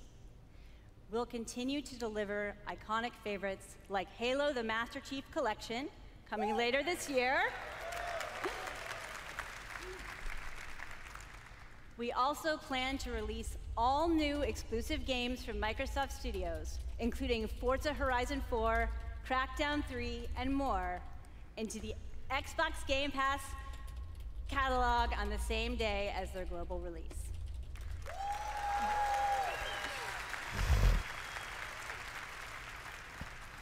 Every month, we'll also bring new games from leading creative studios into your Xbox Game Pass library.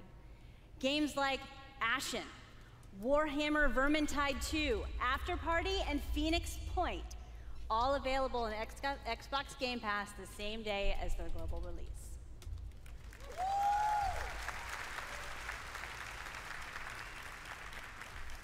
So that's what's next, but let's talk about what's happening today. Tom Clancy's The Division.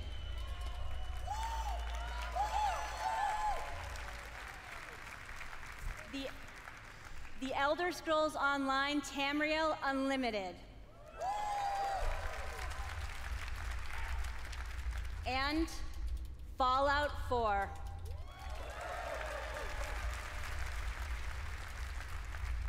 All enhanced for Xbox One X in gorgeous 4K, and all of them playable today in Xbox Game Pass.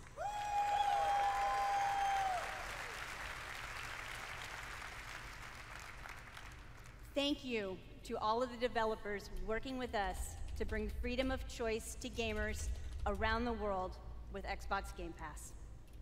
Thanks, everyone.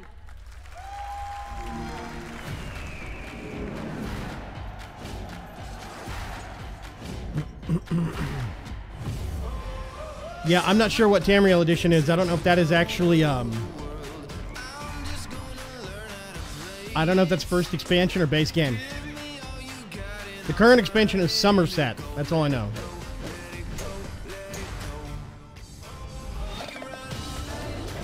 Vermintide 2.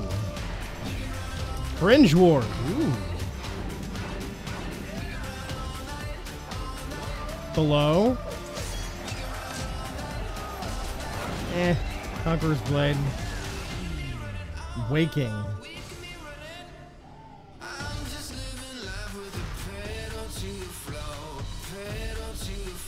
Oh God. Planet Alpha.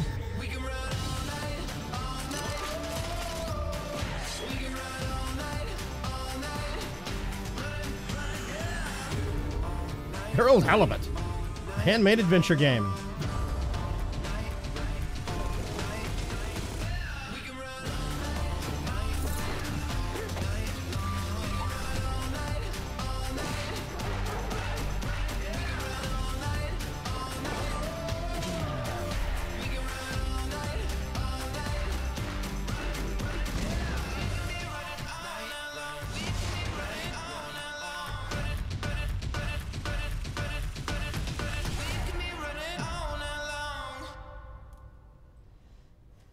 Fringe Wars. Yeah, Fringe Wars looked amazing.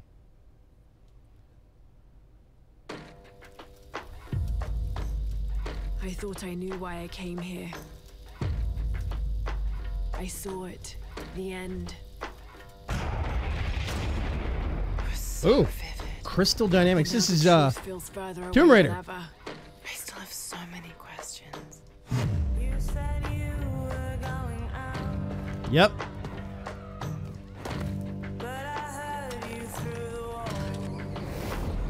I want to play these games on live streams, but I am horrible at them. I can't get the climbing mechanics. I constantly mess stuff up. We can't let Trinity get hold of this. Let's think this through. Do you realize the tragedy you have unleashed? The cleansing has begun. It falls to me now to stop it before it consumes us all. What have I done?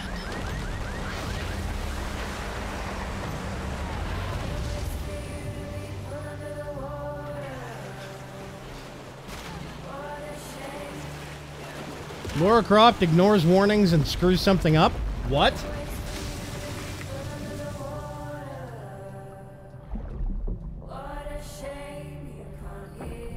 Is Dreadnought free, Foxbot?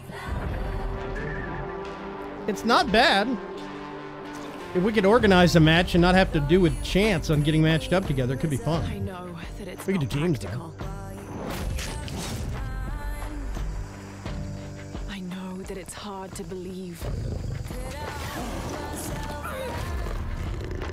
I like the idea of Tomb Raider games. I like the story concept. I've always been an Indiana Jones junkie. Just like I'd love to play Uncharted. I just know I'd be horrible at them. You need to trust me. We have to trust each other.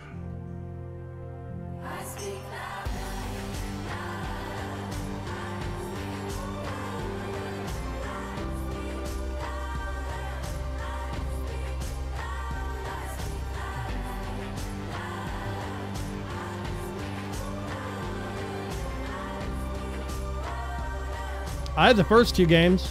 I've tried playing them. I'm horrible at them. I gave up. Must alter the course of humanity. If you had that power, what would you do?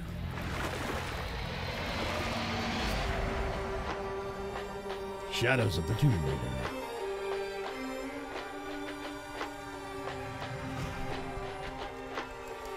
Wow, September of next year. Whew. Exclusive. Console exclusive.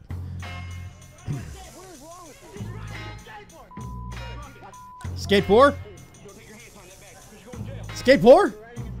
They say I'm like Bruce Willis, unbreakable, die hard. True sickness, put this mic on the tripod, but I'm not Chow Yun Fat. Break 'em, still a pillar of stone. Blows into your skull. Lash on your whole militia like I'm Hannibal. Imagine you the antelope, and I'm the king of the jungle. Animal instinct, phenomenal stamina. Just think about a man on the brink of insanity. Is it? Watch it be a zombie game or something. And they're just screwing with us. A marvelous, majestic. All my power harness shit. My spoken word like a Voltron sword. And these palms close to arsenic. Every madly, deadly comes. The powers that be. It's in you. It's in me. And MC. That's all we know. The powers that be. It's in you. It's in me. In MC. That's all we know. The powers Session. that be. It's in you. It's in me. And MC. That's all we know. The powers that be. It's in Okay. you. It's in me. Kid Rising Skate Park. I'd play that game. Like Skate 4 Rising or something. That's weird. I don't know what to think about that. Exclusive. Everybody's like, They say you only live once. I beg to differ. I was born 3 times, and I've met death 3 times. yeah. My first home was 10 out of 10. Altanova. The curiosity I gained there cost me my first life. I awoke again in Tarif, village of the sorcerers. Okay. I once thought that this would be my true home. Everything changed when I started to ask the forbidden questions. What exactly is the true nature of the Black Stone? Fantasy What world. lies beneath the vast desert? Who was it that was calling me from the depths beyond the desert? The world never paid heed to such questions. They just fought on, blinded, and hungered. Is this for Black more Desert and more Online? power. It is time that I, at long last, reveal the hidden secrets once and for all.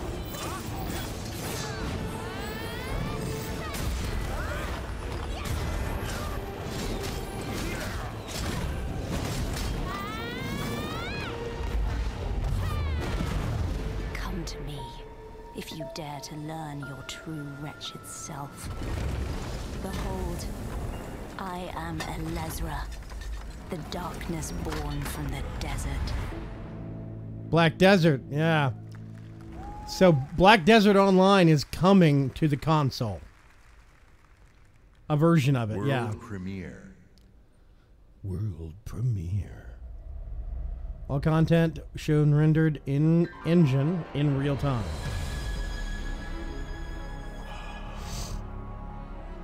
We've known each other a long time. Hold the line! Hold the line! Nothing gets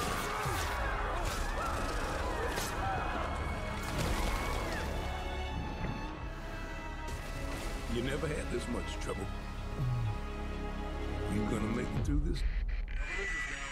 Capcom. Never mind. I checked out. I'm gone. Don't care. Let us pray for mercy. This is a trial from the heavens above. Devil May Cry. DMC. Who cares? Hey, honey. Need assistance? Love their music, but Hey, you have to hit every single bump in the road? Gonna ruin my crew.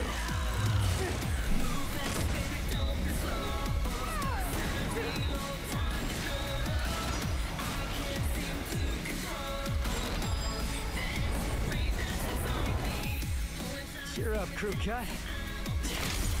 You taking notes?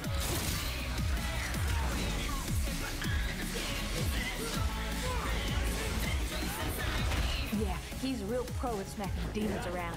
That's why I built him that well-functioning arm. To kick demon ass.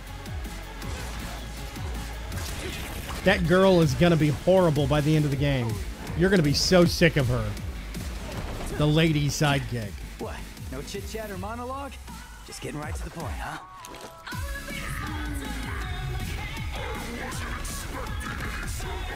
Love the music.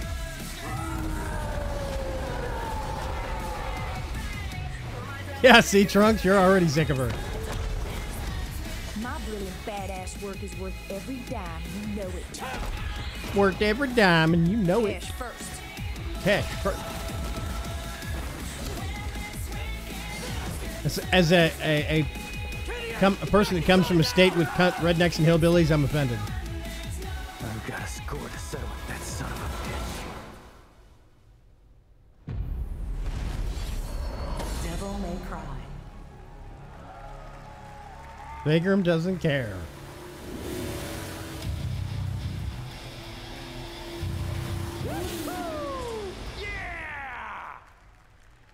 What? Please welcome from Capcom, Oh, producer God. Matt Walker and director Hideaki Itsuno.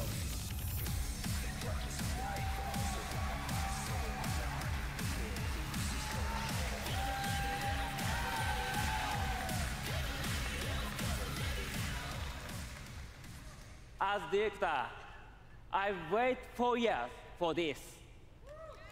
Thank you so much. DMC is back.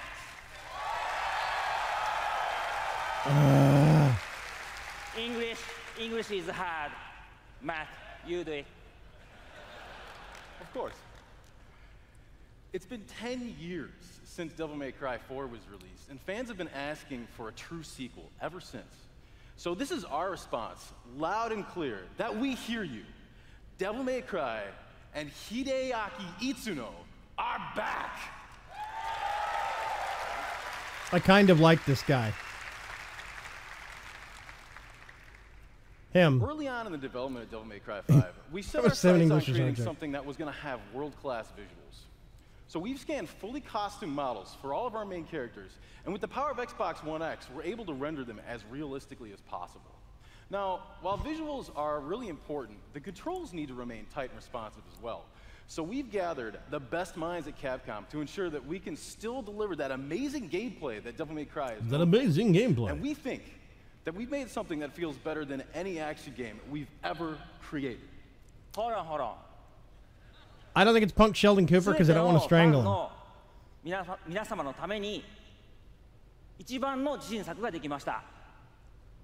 期待してもらって大丈夫です。よろしくお願いします。Itsuno-san says that he is convinced that this is the best game that he's ever made because we made it for you, our fans. and we hope you look forward to seeing more. Have a great E3! Exclusive.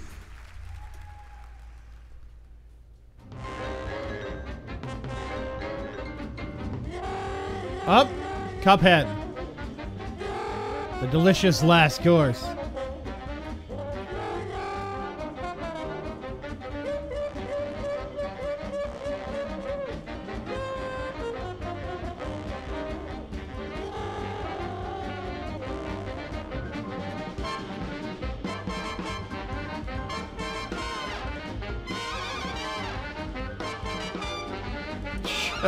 Salt Baker.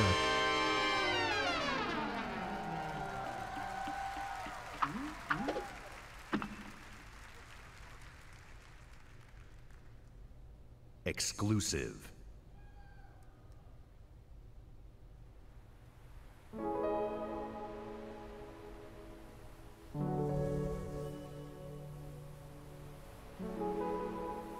Okay. Tiny Fox.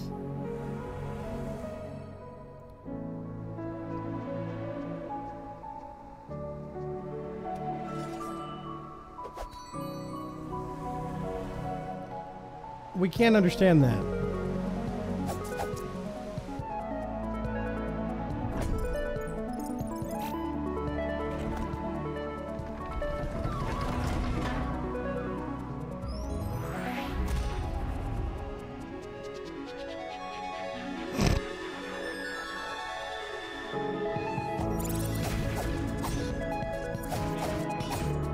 Console exclusive. I already checked out.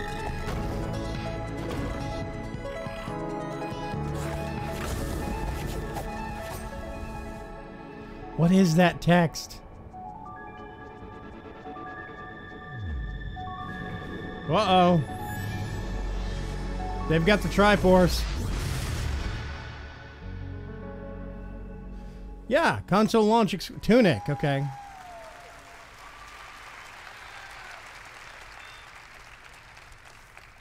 That tiny fox in a big world is a prime example of the reach of gaming today. A labor of love conceived and created by a single developer in Halifax, Nova Scotia, is today commanding gaming's largest stage. Nova Scotia. Whether you're sharing the adventure of a tiny fox with more than 20 million viewers on Mixer, or teaming up with Xbox Live friends Is that Mixer? to play zombies, gaming is an incredible community. We've always believed that building community is vital for gaming. There's real power in our shared experience, sharing the same world, the same seasons, the same campaigns. And there's real meaning in sharing our love of gaming with fellow gamers. This community is the reason why we love premiering games here at E3. For the rest of our briefing, everything you show you will be world premiere games no one has seen before.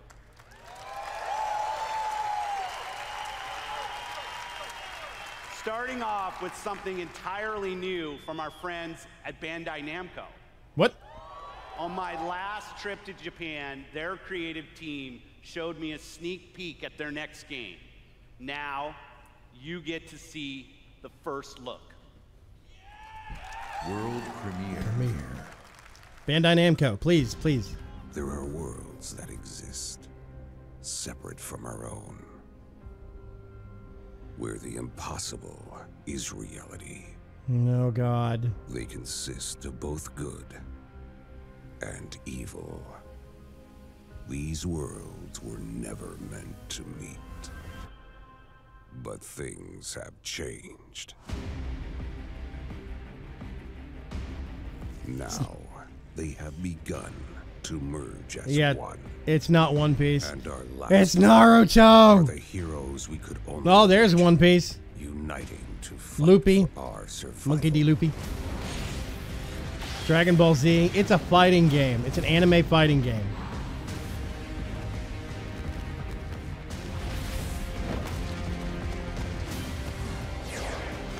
I think I think Trunks is having an... Trunks is having an anime-gasm.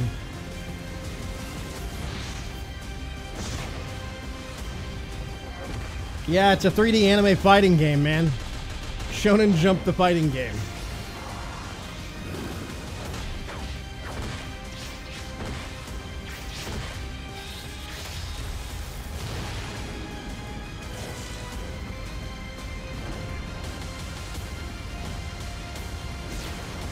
Shut up and take my money. Trunks, Trunks, Trunks. Jump Force. Shonen Jump, literally. Isn't that Death Note? Unite to fight. Or was that Bleach? The giant thing? World premiere. Yeah, and Death Note. Yeah, yeah.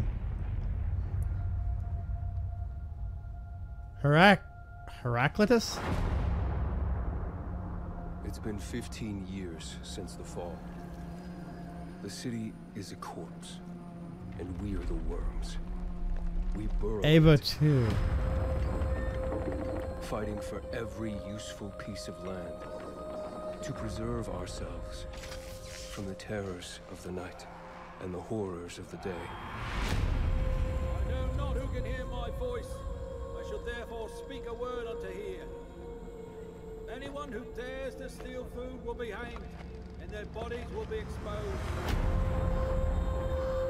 Every day we rise from dust to choose between bad and worse. I think that's Nolan North. Or, I can't remember, not him, but the other guy. Get him! You're dead now!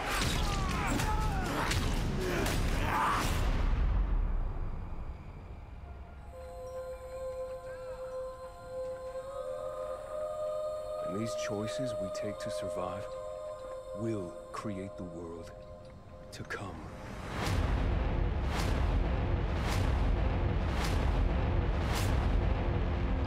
You know the drill. Get to Is the it? nearest safe house and wait until dawn. Good night. And good luck. Dying Light 2. Okay. I'm intrigued.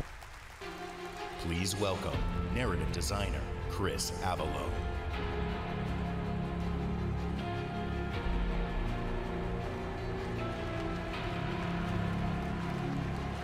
Yeah. Dying Light 1, I heard good things about it. I didn't get a chance to play it, but I heard good things about it.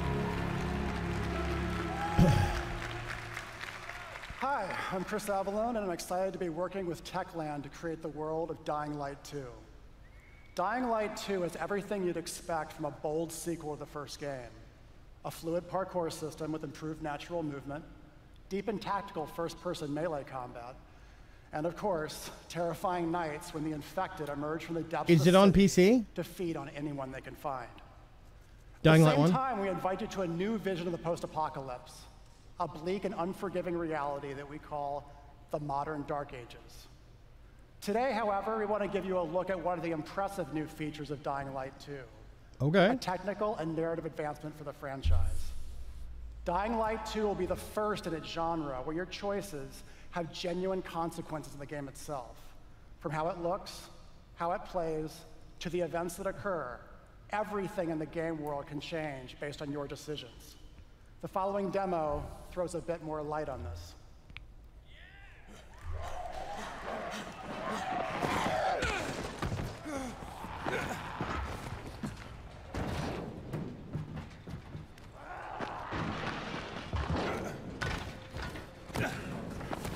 Okay. First-person parkour.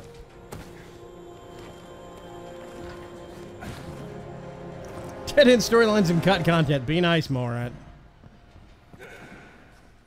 Dying Light 2 features a functioning ecosystem that reacts on multiple levels to the things you do and the choices you make. In the example we are about to show you, our protagonist undertakes a mission for the Peacekeepers, one of the many factions active in the city.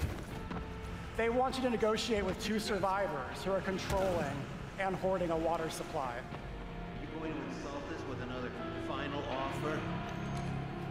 Let's say you choose to carry out the Peacekeepers' orders, one way or another. Oh, that's cool. After this, you will start seeing a significant change in the city. As point of access note, to the Berg, water Assassin's supply Creed has allowed guns. the peacekeepers to bring stability and develop the area. Yeah, loads of them have. There's even running water for the people at street level, and that raises their morale and allows you to replenish your energy on the go. But there's a cost to this. The PKs have a rigid approach to law and order. So while the streets may be safer, it's only safer for those who side with them. So if you get on their bad side. Now let's return to that moment of choice. And instead of killing them, you choose to team up with this group to supply water on the black market. As you will see, this creates a very different set of consequences for the city. With water being a precious currency, it brings you access to new resources and trade. But this, in turn, attracts the worst type of people to the area. And this is just a single decision, one out of hundreds you will have to make. But it allows you to carve out your own world. Each player's game experience will be unique. And by the way, this is just what happens in the day. At night, well, things tend to get a lot darker.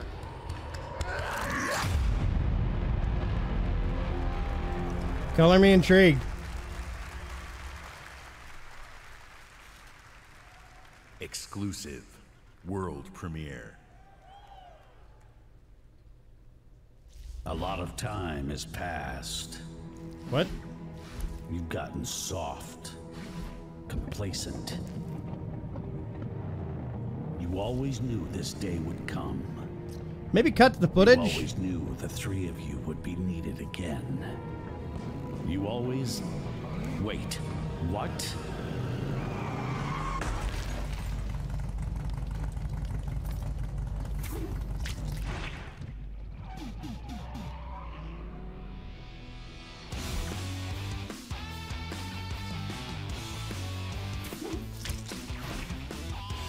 A brand new game featuring body morphing genre mashups, 3-player couch co-op, 4K hand-drawn 2.5D graphics, and broad, non-specific feature declarations. They're back. No, the world doesn't need Battletoads. Everybody's like, world premiere. Yeah, the speeder what did it for me too, Berg. I saw the speeder zip in. I was like, oh god, it's Battletoads. Fight wars that no army could win. There was no fear, no failure. But the rules have changed. Just Cause 4 changed, and no one was ready for it. I think. Yep, Just Cause 4. They are the world's most powerful private army. I don't care. But even they should fear what they've created. This isn't a war, Rico. This is survival.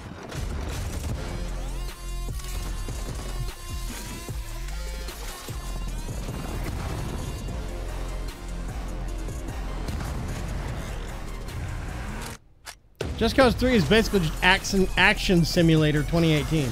Or 2016, I guess. I mean, it's a great game. Does that happen a lot? For action. But the story is pretty shallow. All the time. And the way it delivered it was pretty bad. Great for nonsense and action, though. Sure.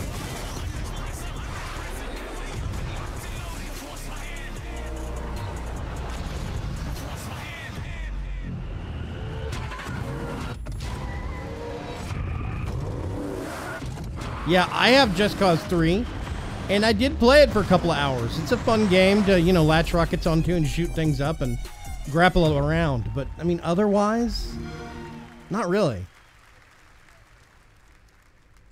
Yeah. World premiere. Microsoft Studios. Well, here we go.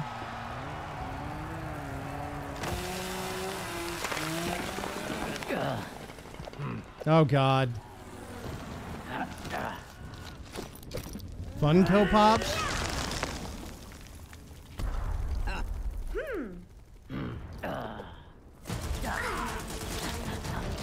Gears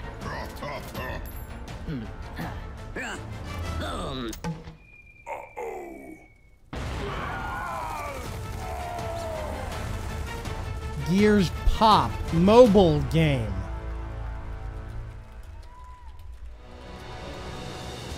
From the Coalition, please welcome studio head Rod Ferguson. Rod Ferguson.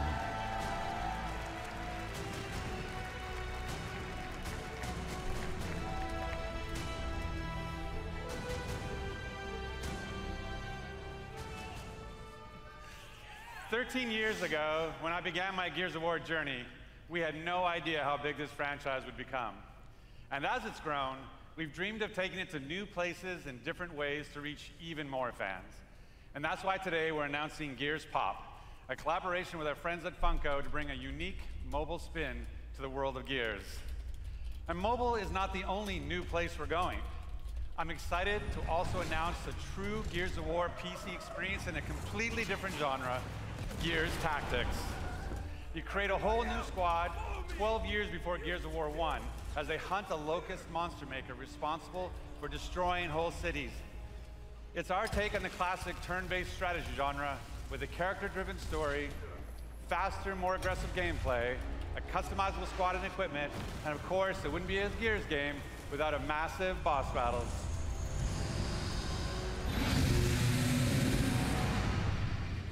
We look forward to sharing more about Tactics with you soon.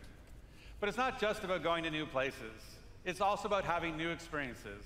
And the amazing team at the Coalition is working hard to bring you our most ambitious Gears of War title yet, Gears 5.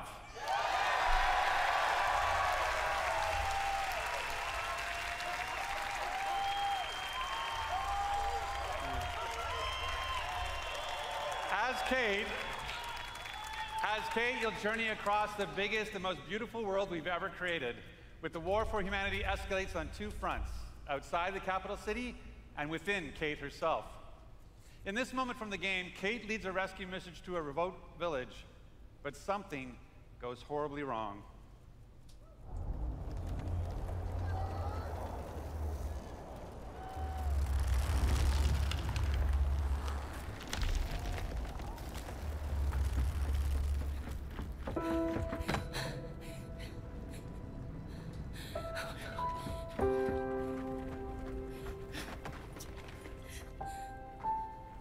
Kate. No. Kate, you can't see this. You don't want to see this. I'm sorry.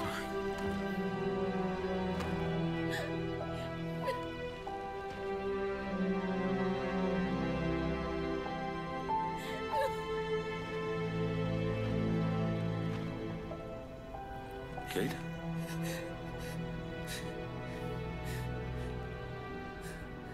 I'm sorry. Phoenix! Woohoo!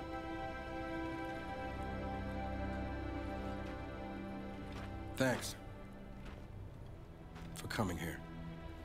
Of course. Can I recommend we maybe get these people out of here? Hey, just slow down. No, Foz is right. We need to move. What are you talking? He's dead, man. Give her a minute. She'll get her minute in the Raven. What the hell is wrong with you? Del, we need to leave. I'm not going. Excuse me? For months now, I've been having these dreams. Nightmares. But I think they were messages. What? Something's happening to me. Gears with superpowers? It's your grandmother's? Enough. We'll deal with this later. Foz, round these people up. I need help. There's a place up north. I think we can find you answers there. No. Absolutely not. We have orders.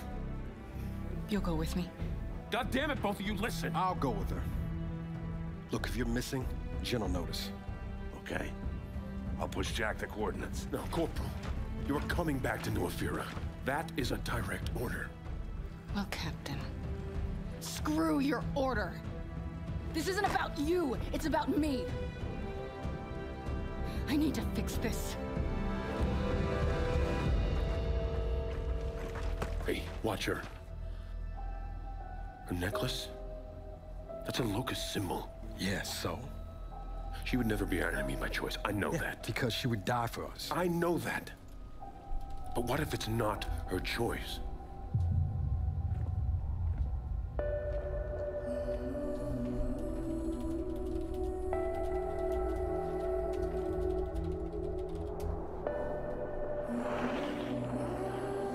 Where are we going? Back to where it all began. Who's in the shadows? Who's ready to play? Are we Female protagonist. I'm intrigued. or are we the prey?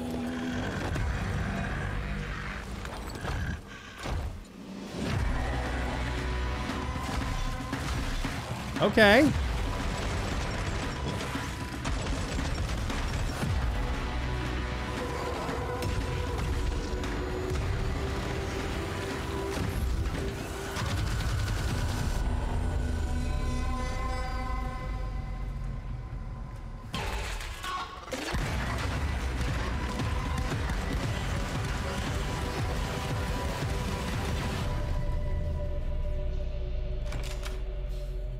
Bye, Grimtides. Hey, what are you... Why did you come here with me? What did JD tell you? This is a wild game of survival.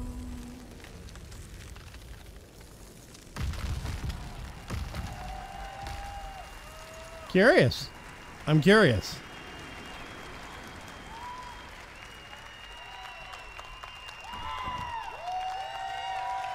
In the entire history of Xbox, in the entire history of E3, in the entire history of our industry, gaming is now at its most vibrant. Today, we share our commitment Yes, you do, to Trunks. giving you the freedom to discover and play all of the great new games coming to Xbox Game Pass. This has been an hour and a half. We showcased more games than we ever have before. Are they done? 50 games, 18 titles with exclusivity, and 15 world premieres. Today, we shared our most diverse gaming portfolio in every measure, from breadth in art style, genre, and cultures, range in subject and setting, scale and story, been an hour and 35 scope minutes. and creative vision. And every one of these plays best on Xbox. I'd love to get an The Xbox world of One and a gaming capture is on card. an historic growth path, where the increasing number of gamers is met with the increasing creative power of game developers. In this significant moment, we are constantly challenging ourselves. Where can we take gaming next? Our answer? We commit and harness the full breadth of our resources at Microsoft. HoloLens is to dead, deliver on the future Night of Pirate. It's play. not going to come out. Our experts in Microsoft Research are developing the future of gaming AI, so the worlds and characters we enjoy will be even more rich and more immersive.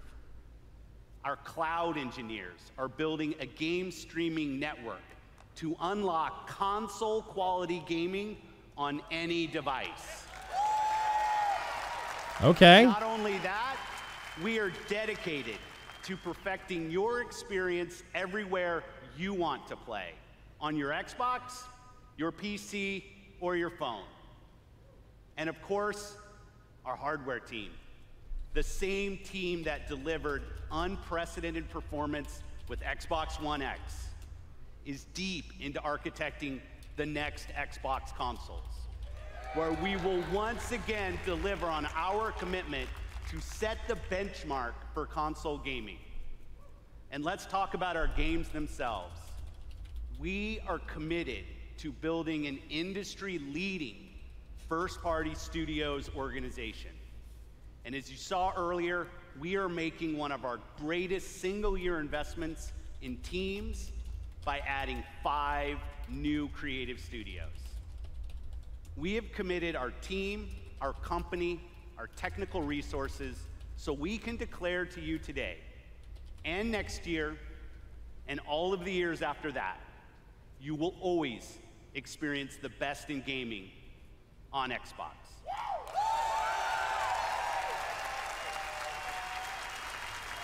So choose the games you want to play.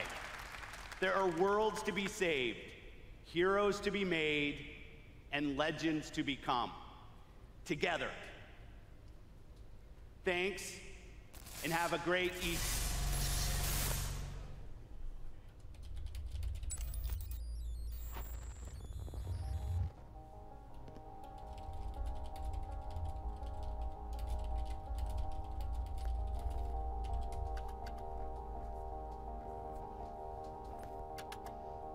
Hacks.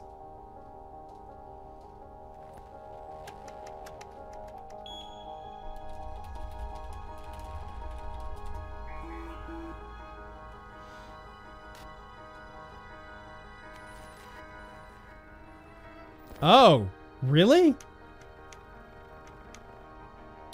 E3 trailer.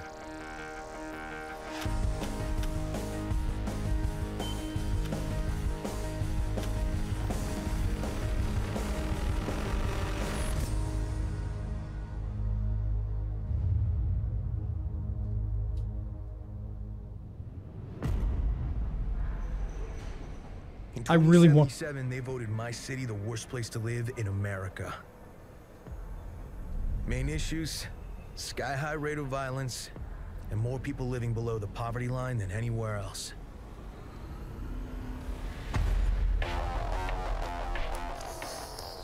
Yes! Can't deny it, it's all true. But everybody still wants to live here. This city's always got a promise for you.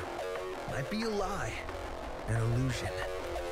But it's there, just around the corner. And it keeps you going.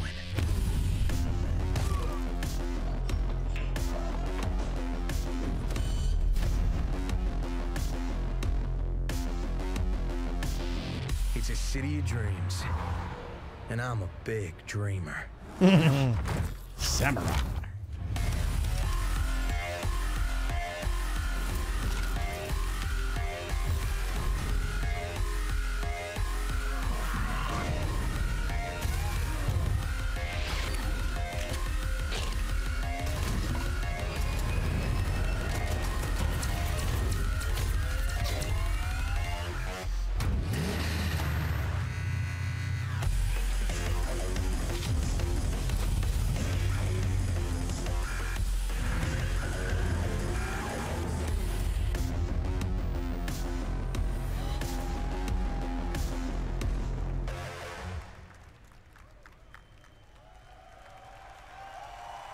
Yeah. And they're not done. Oh, this is recap.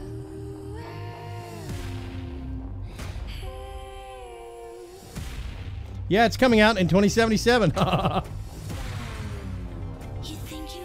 Welcome to the end, Saffron. That look, I agree, Trunks. It looked kind of fantastic. I've really been wanting Cyberpunk 2077, but I thought it died in development.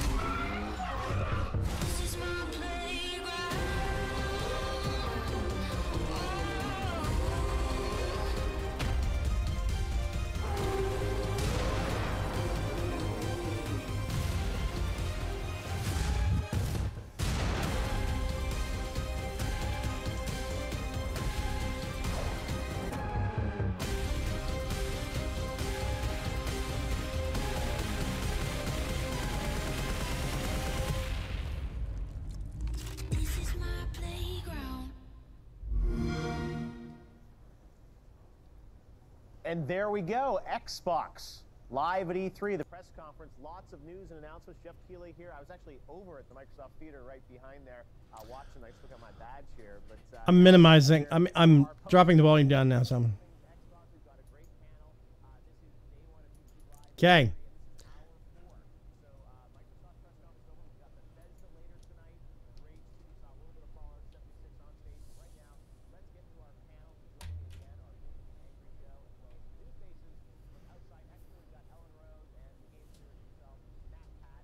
Oh God, Matt Pat's there. Okay. That's the important stuff. The conference is over. Post-show, you can go watch yourself somewhere else if you want to. I'm not going to be covering it. I would like to talk about some of the stuff that they actually went over, though. Yeah, the Halo Infinite trailer was at the very beginning. They showed nothing. It's no gameplay. You don't even know what it's about. We don't know if it's multiplayer or single player. Nothing. It could be a Rust sandbox knockoff, for all I know. Jump Force. Yeah, that's what Trunks wants, is Jump Force. I could care less about Jump Force. Mallrat says Cyberpunk. I'm psyched about Cyberpunk 2077. I think it's going to be great. But yeah, the only thing, who was it that said, Grimtide says, the only thing CD Projekt Red would say about the game is that it's not dead. And someone leaked that they had an armory for research purposes. Yeah. Yeah, the Halo Infinite trailer. Ask anybody in here. The Halo Infinite trailer was basically it was super tease. It was cinematography, cinematics. It was cinematics. And you saw the Halo ring world, and they showed a shot of Master Chief from basically the shoulders down, holding his helmet. And then he kind of turns and walks off camera. You never saw anything else. That's it. No gameplay, no nothing.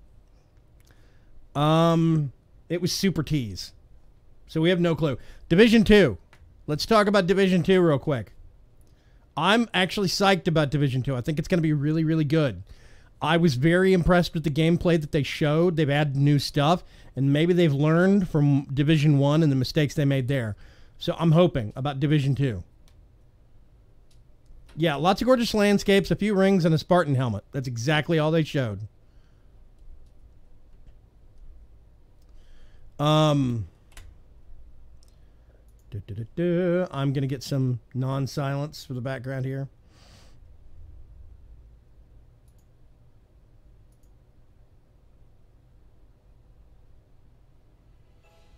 There we go. Yeah, Division 2 also getting my money, says Mallrat. That one looks really good. I was really impressed by that one. Optimistic. Anthem. We didn't get any real news on Anthem. I thought we were going to see some gameplay, but maybe that's going to be, I don't know when. The only thing they showed for Anthem was pre-show, and they didn't really show much new. They just talked about some of the new aspects of the game. Trunk says lots of games at the show that were shown with potential. Yeah. Division 2, for me. Fallout 76, a big question mark. By the way,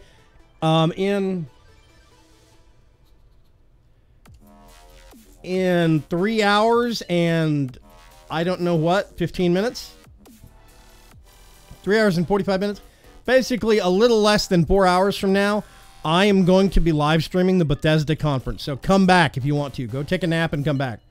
The sheer number coming to have Game Pass is awesome. That's cool to you also, Grimtides. They talked about Anthem a lot yesterday in EA. Yeah, but they said that yesterday that we could see gameplay of it today. We saw the same trailer for Battlefield 5. I thought they said that there was going to be more exclusive info coming at the Xbox conference, and all we saw was the same trailer. A shorter one. Yeah, the Bethesda one tonight's going to have Fallout 76. Okay, Metro Exodus. I'm intrigued by that. I haven't played the other Metro titles. I've been following them for a while, but I've never jumped in. Metro Exodus looks like where I might jump in. There was Ori and the Will of the Wisps, or Ori 2, basically. Ori and the Blind Forest, Ori and the Will of the Wisps is the second one. That looks pretty. I don't know if I would play it, but I would watch somebody play it. It looks gorgeous. You should try them. They're very spoopy, however. I'm fine with that. I'm good with spoopy. I should load them up. I think I have one of them. Let me look. Hang on a sec. I think I have one on Steam.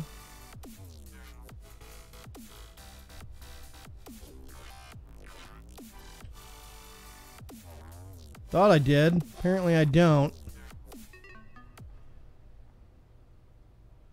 Maybe I'm thinking something else. I don't know. I thought I had them on Steam, but yeah. Metro looks like a good game, but it will make my PC cry because of the graphics unless I build a home machine. Dude, you don't have to crank the graphics all the way up to the wall, to the nines. You can drop the graphics settings down. It's okay. It'll probably still run it just fine. Were you taking notes? Yeah. I have another actual thing here. I've got my post-it notes, and then I got a longer thing I was actually writing on. Yeah, don't max the games out, people. Jeez. Yeah, and Mallrat says Metro actually isn't that demanding. Waking? I wrote down Waking. I saw that title. I think it was somebody walking through. Fantastic looking environment. I think that was the lady talking about dying 3 times and the black stone and stuff like that. I think it was called Waking.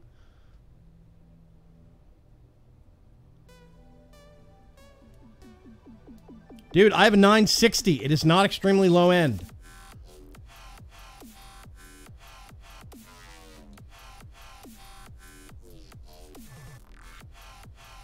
Oh, yeah. No.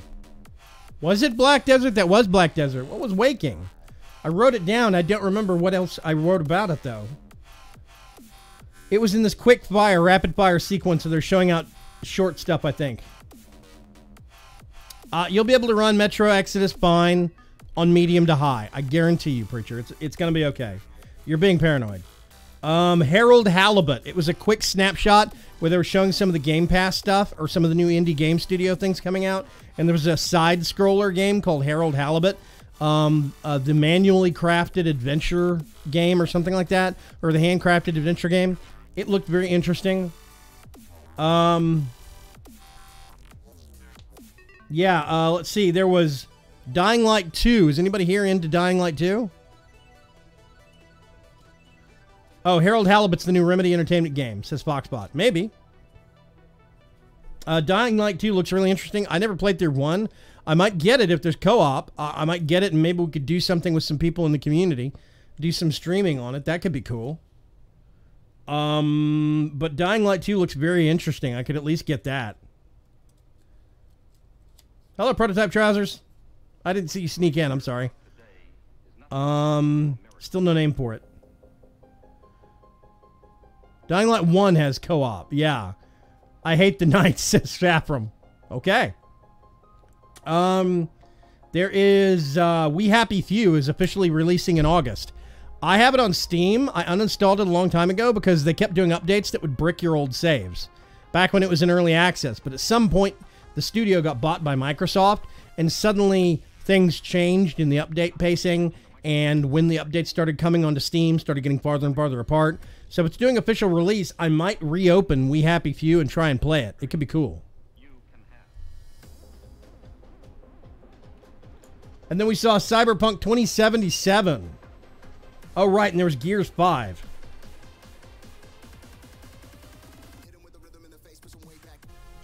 Gears 5. I'm making a note.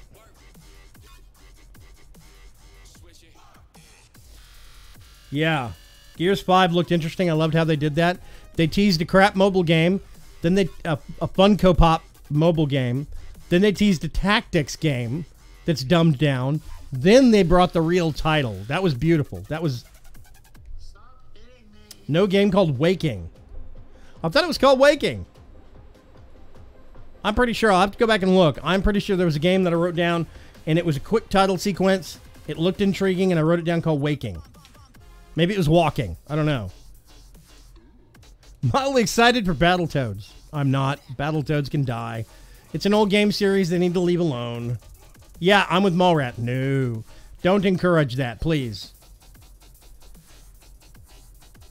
They did the same thing with the CNC game yesterday. No, they didn't, Dragon Racer. They just showed you a mobile game they expected you to take seriously. That's not the same thing. These people teased a mobile game and then followed up with real legit property. Yesterday, they didn't do any of that. Two completely different things. Okay. Yeah, I'm really psyched about Cyberpunk 2077. I think that's going to be good. I do kind of agree with Preacher, though. They need to put some people on fixing bugs in The Witcher and Witcher 2 and whatnot. Because some of those games still have some pretty nasty bugs in them. Dark Preacher says, my wife said the exact same thing you did, Vaygrim. The world does not need a new Battletoads game. Thank you. 100%. It does not. That is a game title they need to leave alone. Mr. Trunks is excited about Force Jump. There was all Jump Force. I'm sorry. There was also a title called Tales of Vesperia, which looked so anime it kind of made me hurt inside. But that's not my target. You know, I'm not their target audience. So yeah, did anybody else see anything that comes to mind that I'm not covering that they're excited about?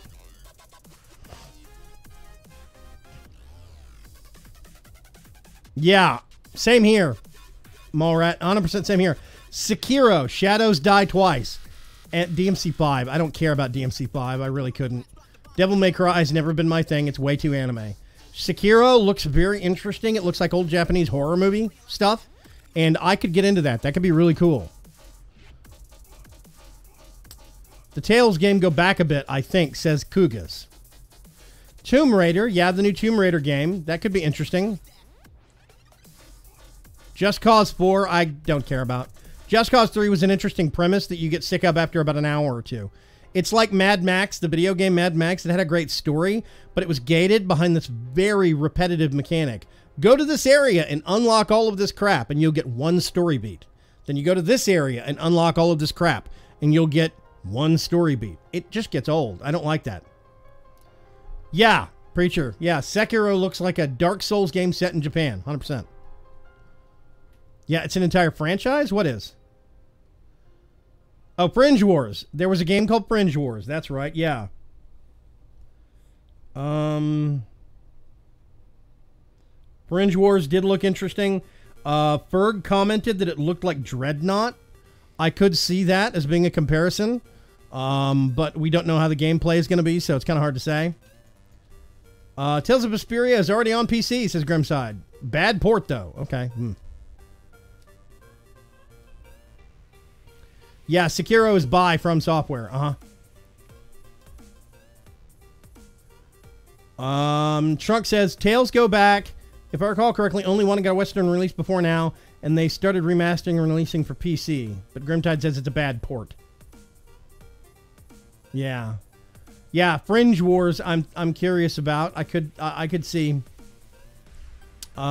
being interesting potentially. Robert Collins says, I want to see more on Fallout 76. Come back in 3.5 hours and see the Bethesda conference.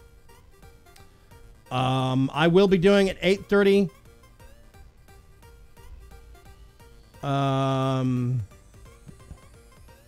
JRPGs were my jam and now my dirty pleasure, says Grimtides. That's a weird way to phrase that.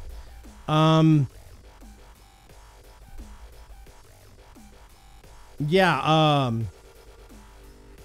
it's in my library. It might not be for sale anymore on Steam. It might have come out once and they don't sell it anymore, Trunks. That does happen. KH34? What's KH? What? Oh, Kingdom Hearts 3. Who, me? Grimtides?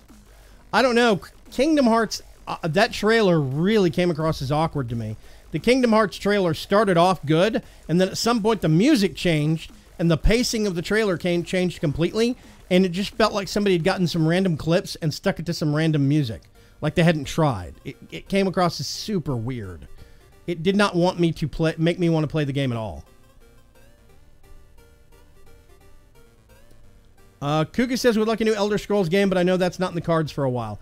I would expect a new Elder Scrolls game is probably going to be next year, or maybe the year after. Right now, it sounds like they're working on Fallout 76 and another Fallout game, Fallout 5. Because Fallout 76 is not Fallout 5, it's different. It is going to be a survival game, like Rust or The Forest. So, yeah. Okay. It is about 3 minutes till the hour. In 3 hours and 30 minutes. Almost exactly. Yeah, there's currently 3 Tales games on Steam. None are Vesperia. I don't think it was spelled with an I. I thought it was E-A-R-A. Vespiara or something like that, but I don't know. Anyway. Zestiria, Symphonia, and Berseria. That's not confusing at all. So yeah, in 3.5 hours, I'm going to be live streaming the Bethesda conference. We'll be doing the exact same thing. I'll probably start a little early for pre-show stuff so we can talk some and watch pre-show. But before that, but otherwise, if you just want to show up for the conference, then show up at 8:30 Texas time, 3.5 hours from now. So yeah. Otherwise, I will see you folks later. I'm actually going to end this here. Thank you very much, everyone, for coming. I'm going to go get some dinner, take a little bit of a break, and then be back here about 8:30. And I will see you then, okay? Yeah, come back in 3.5 hours for the Bethesda conference. Bye, GameSync. I don't need to sleep for work tomorrow. Work's overrated. Sleep's overrated.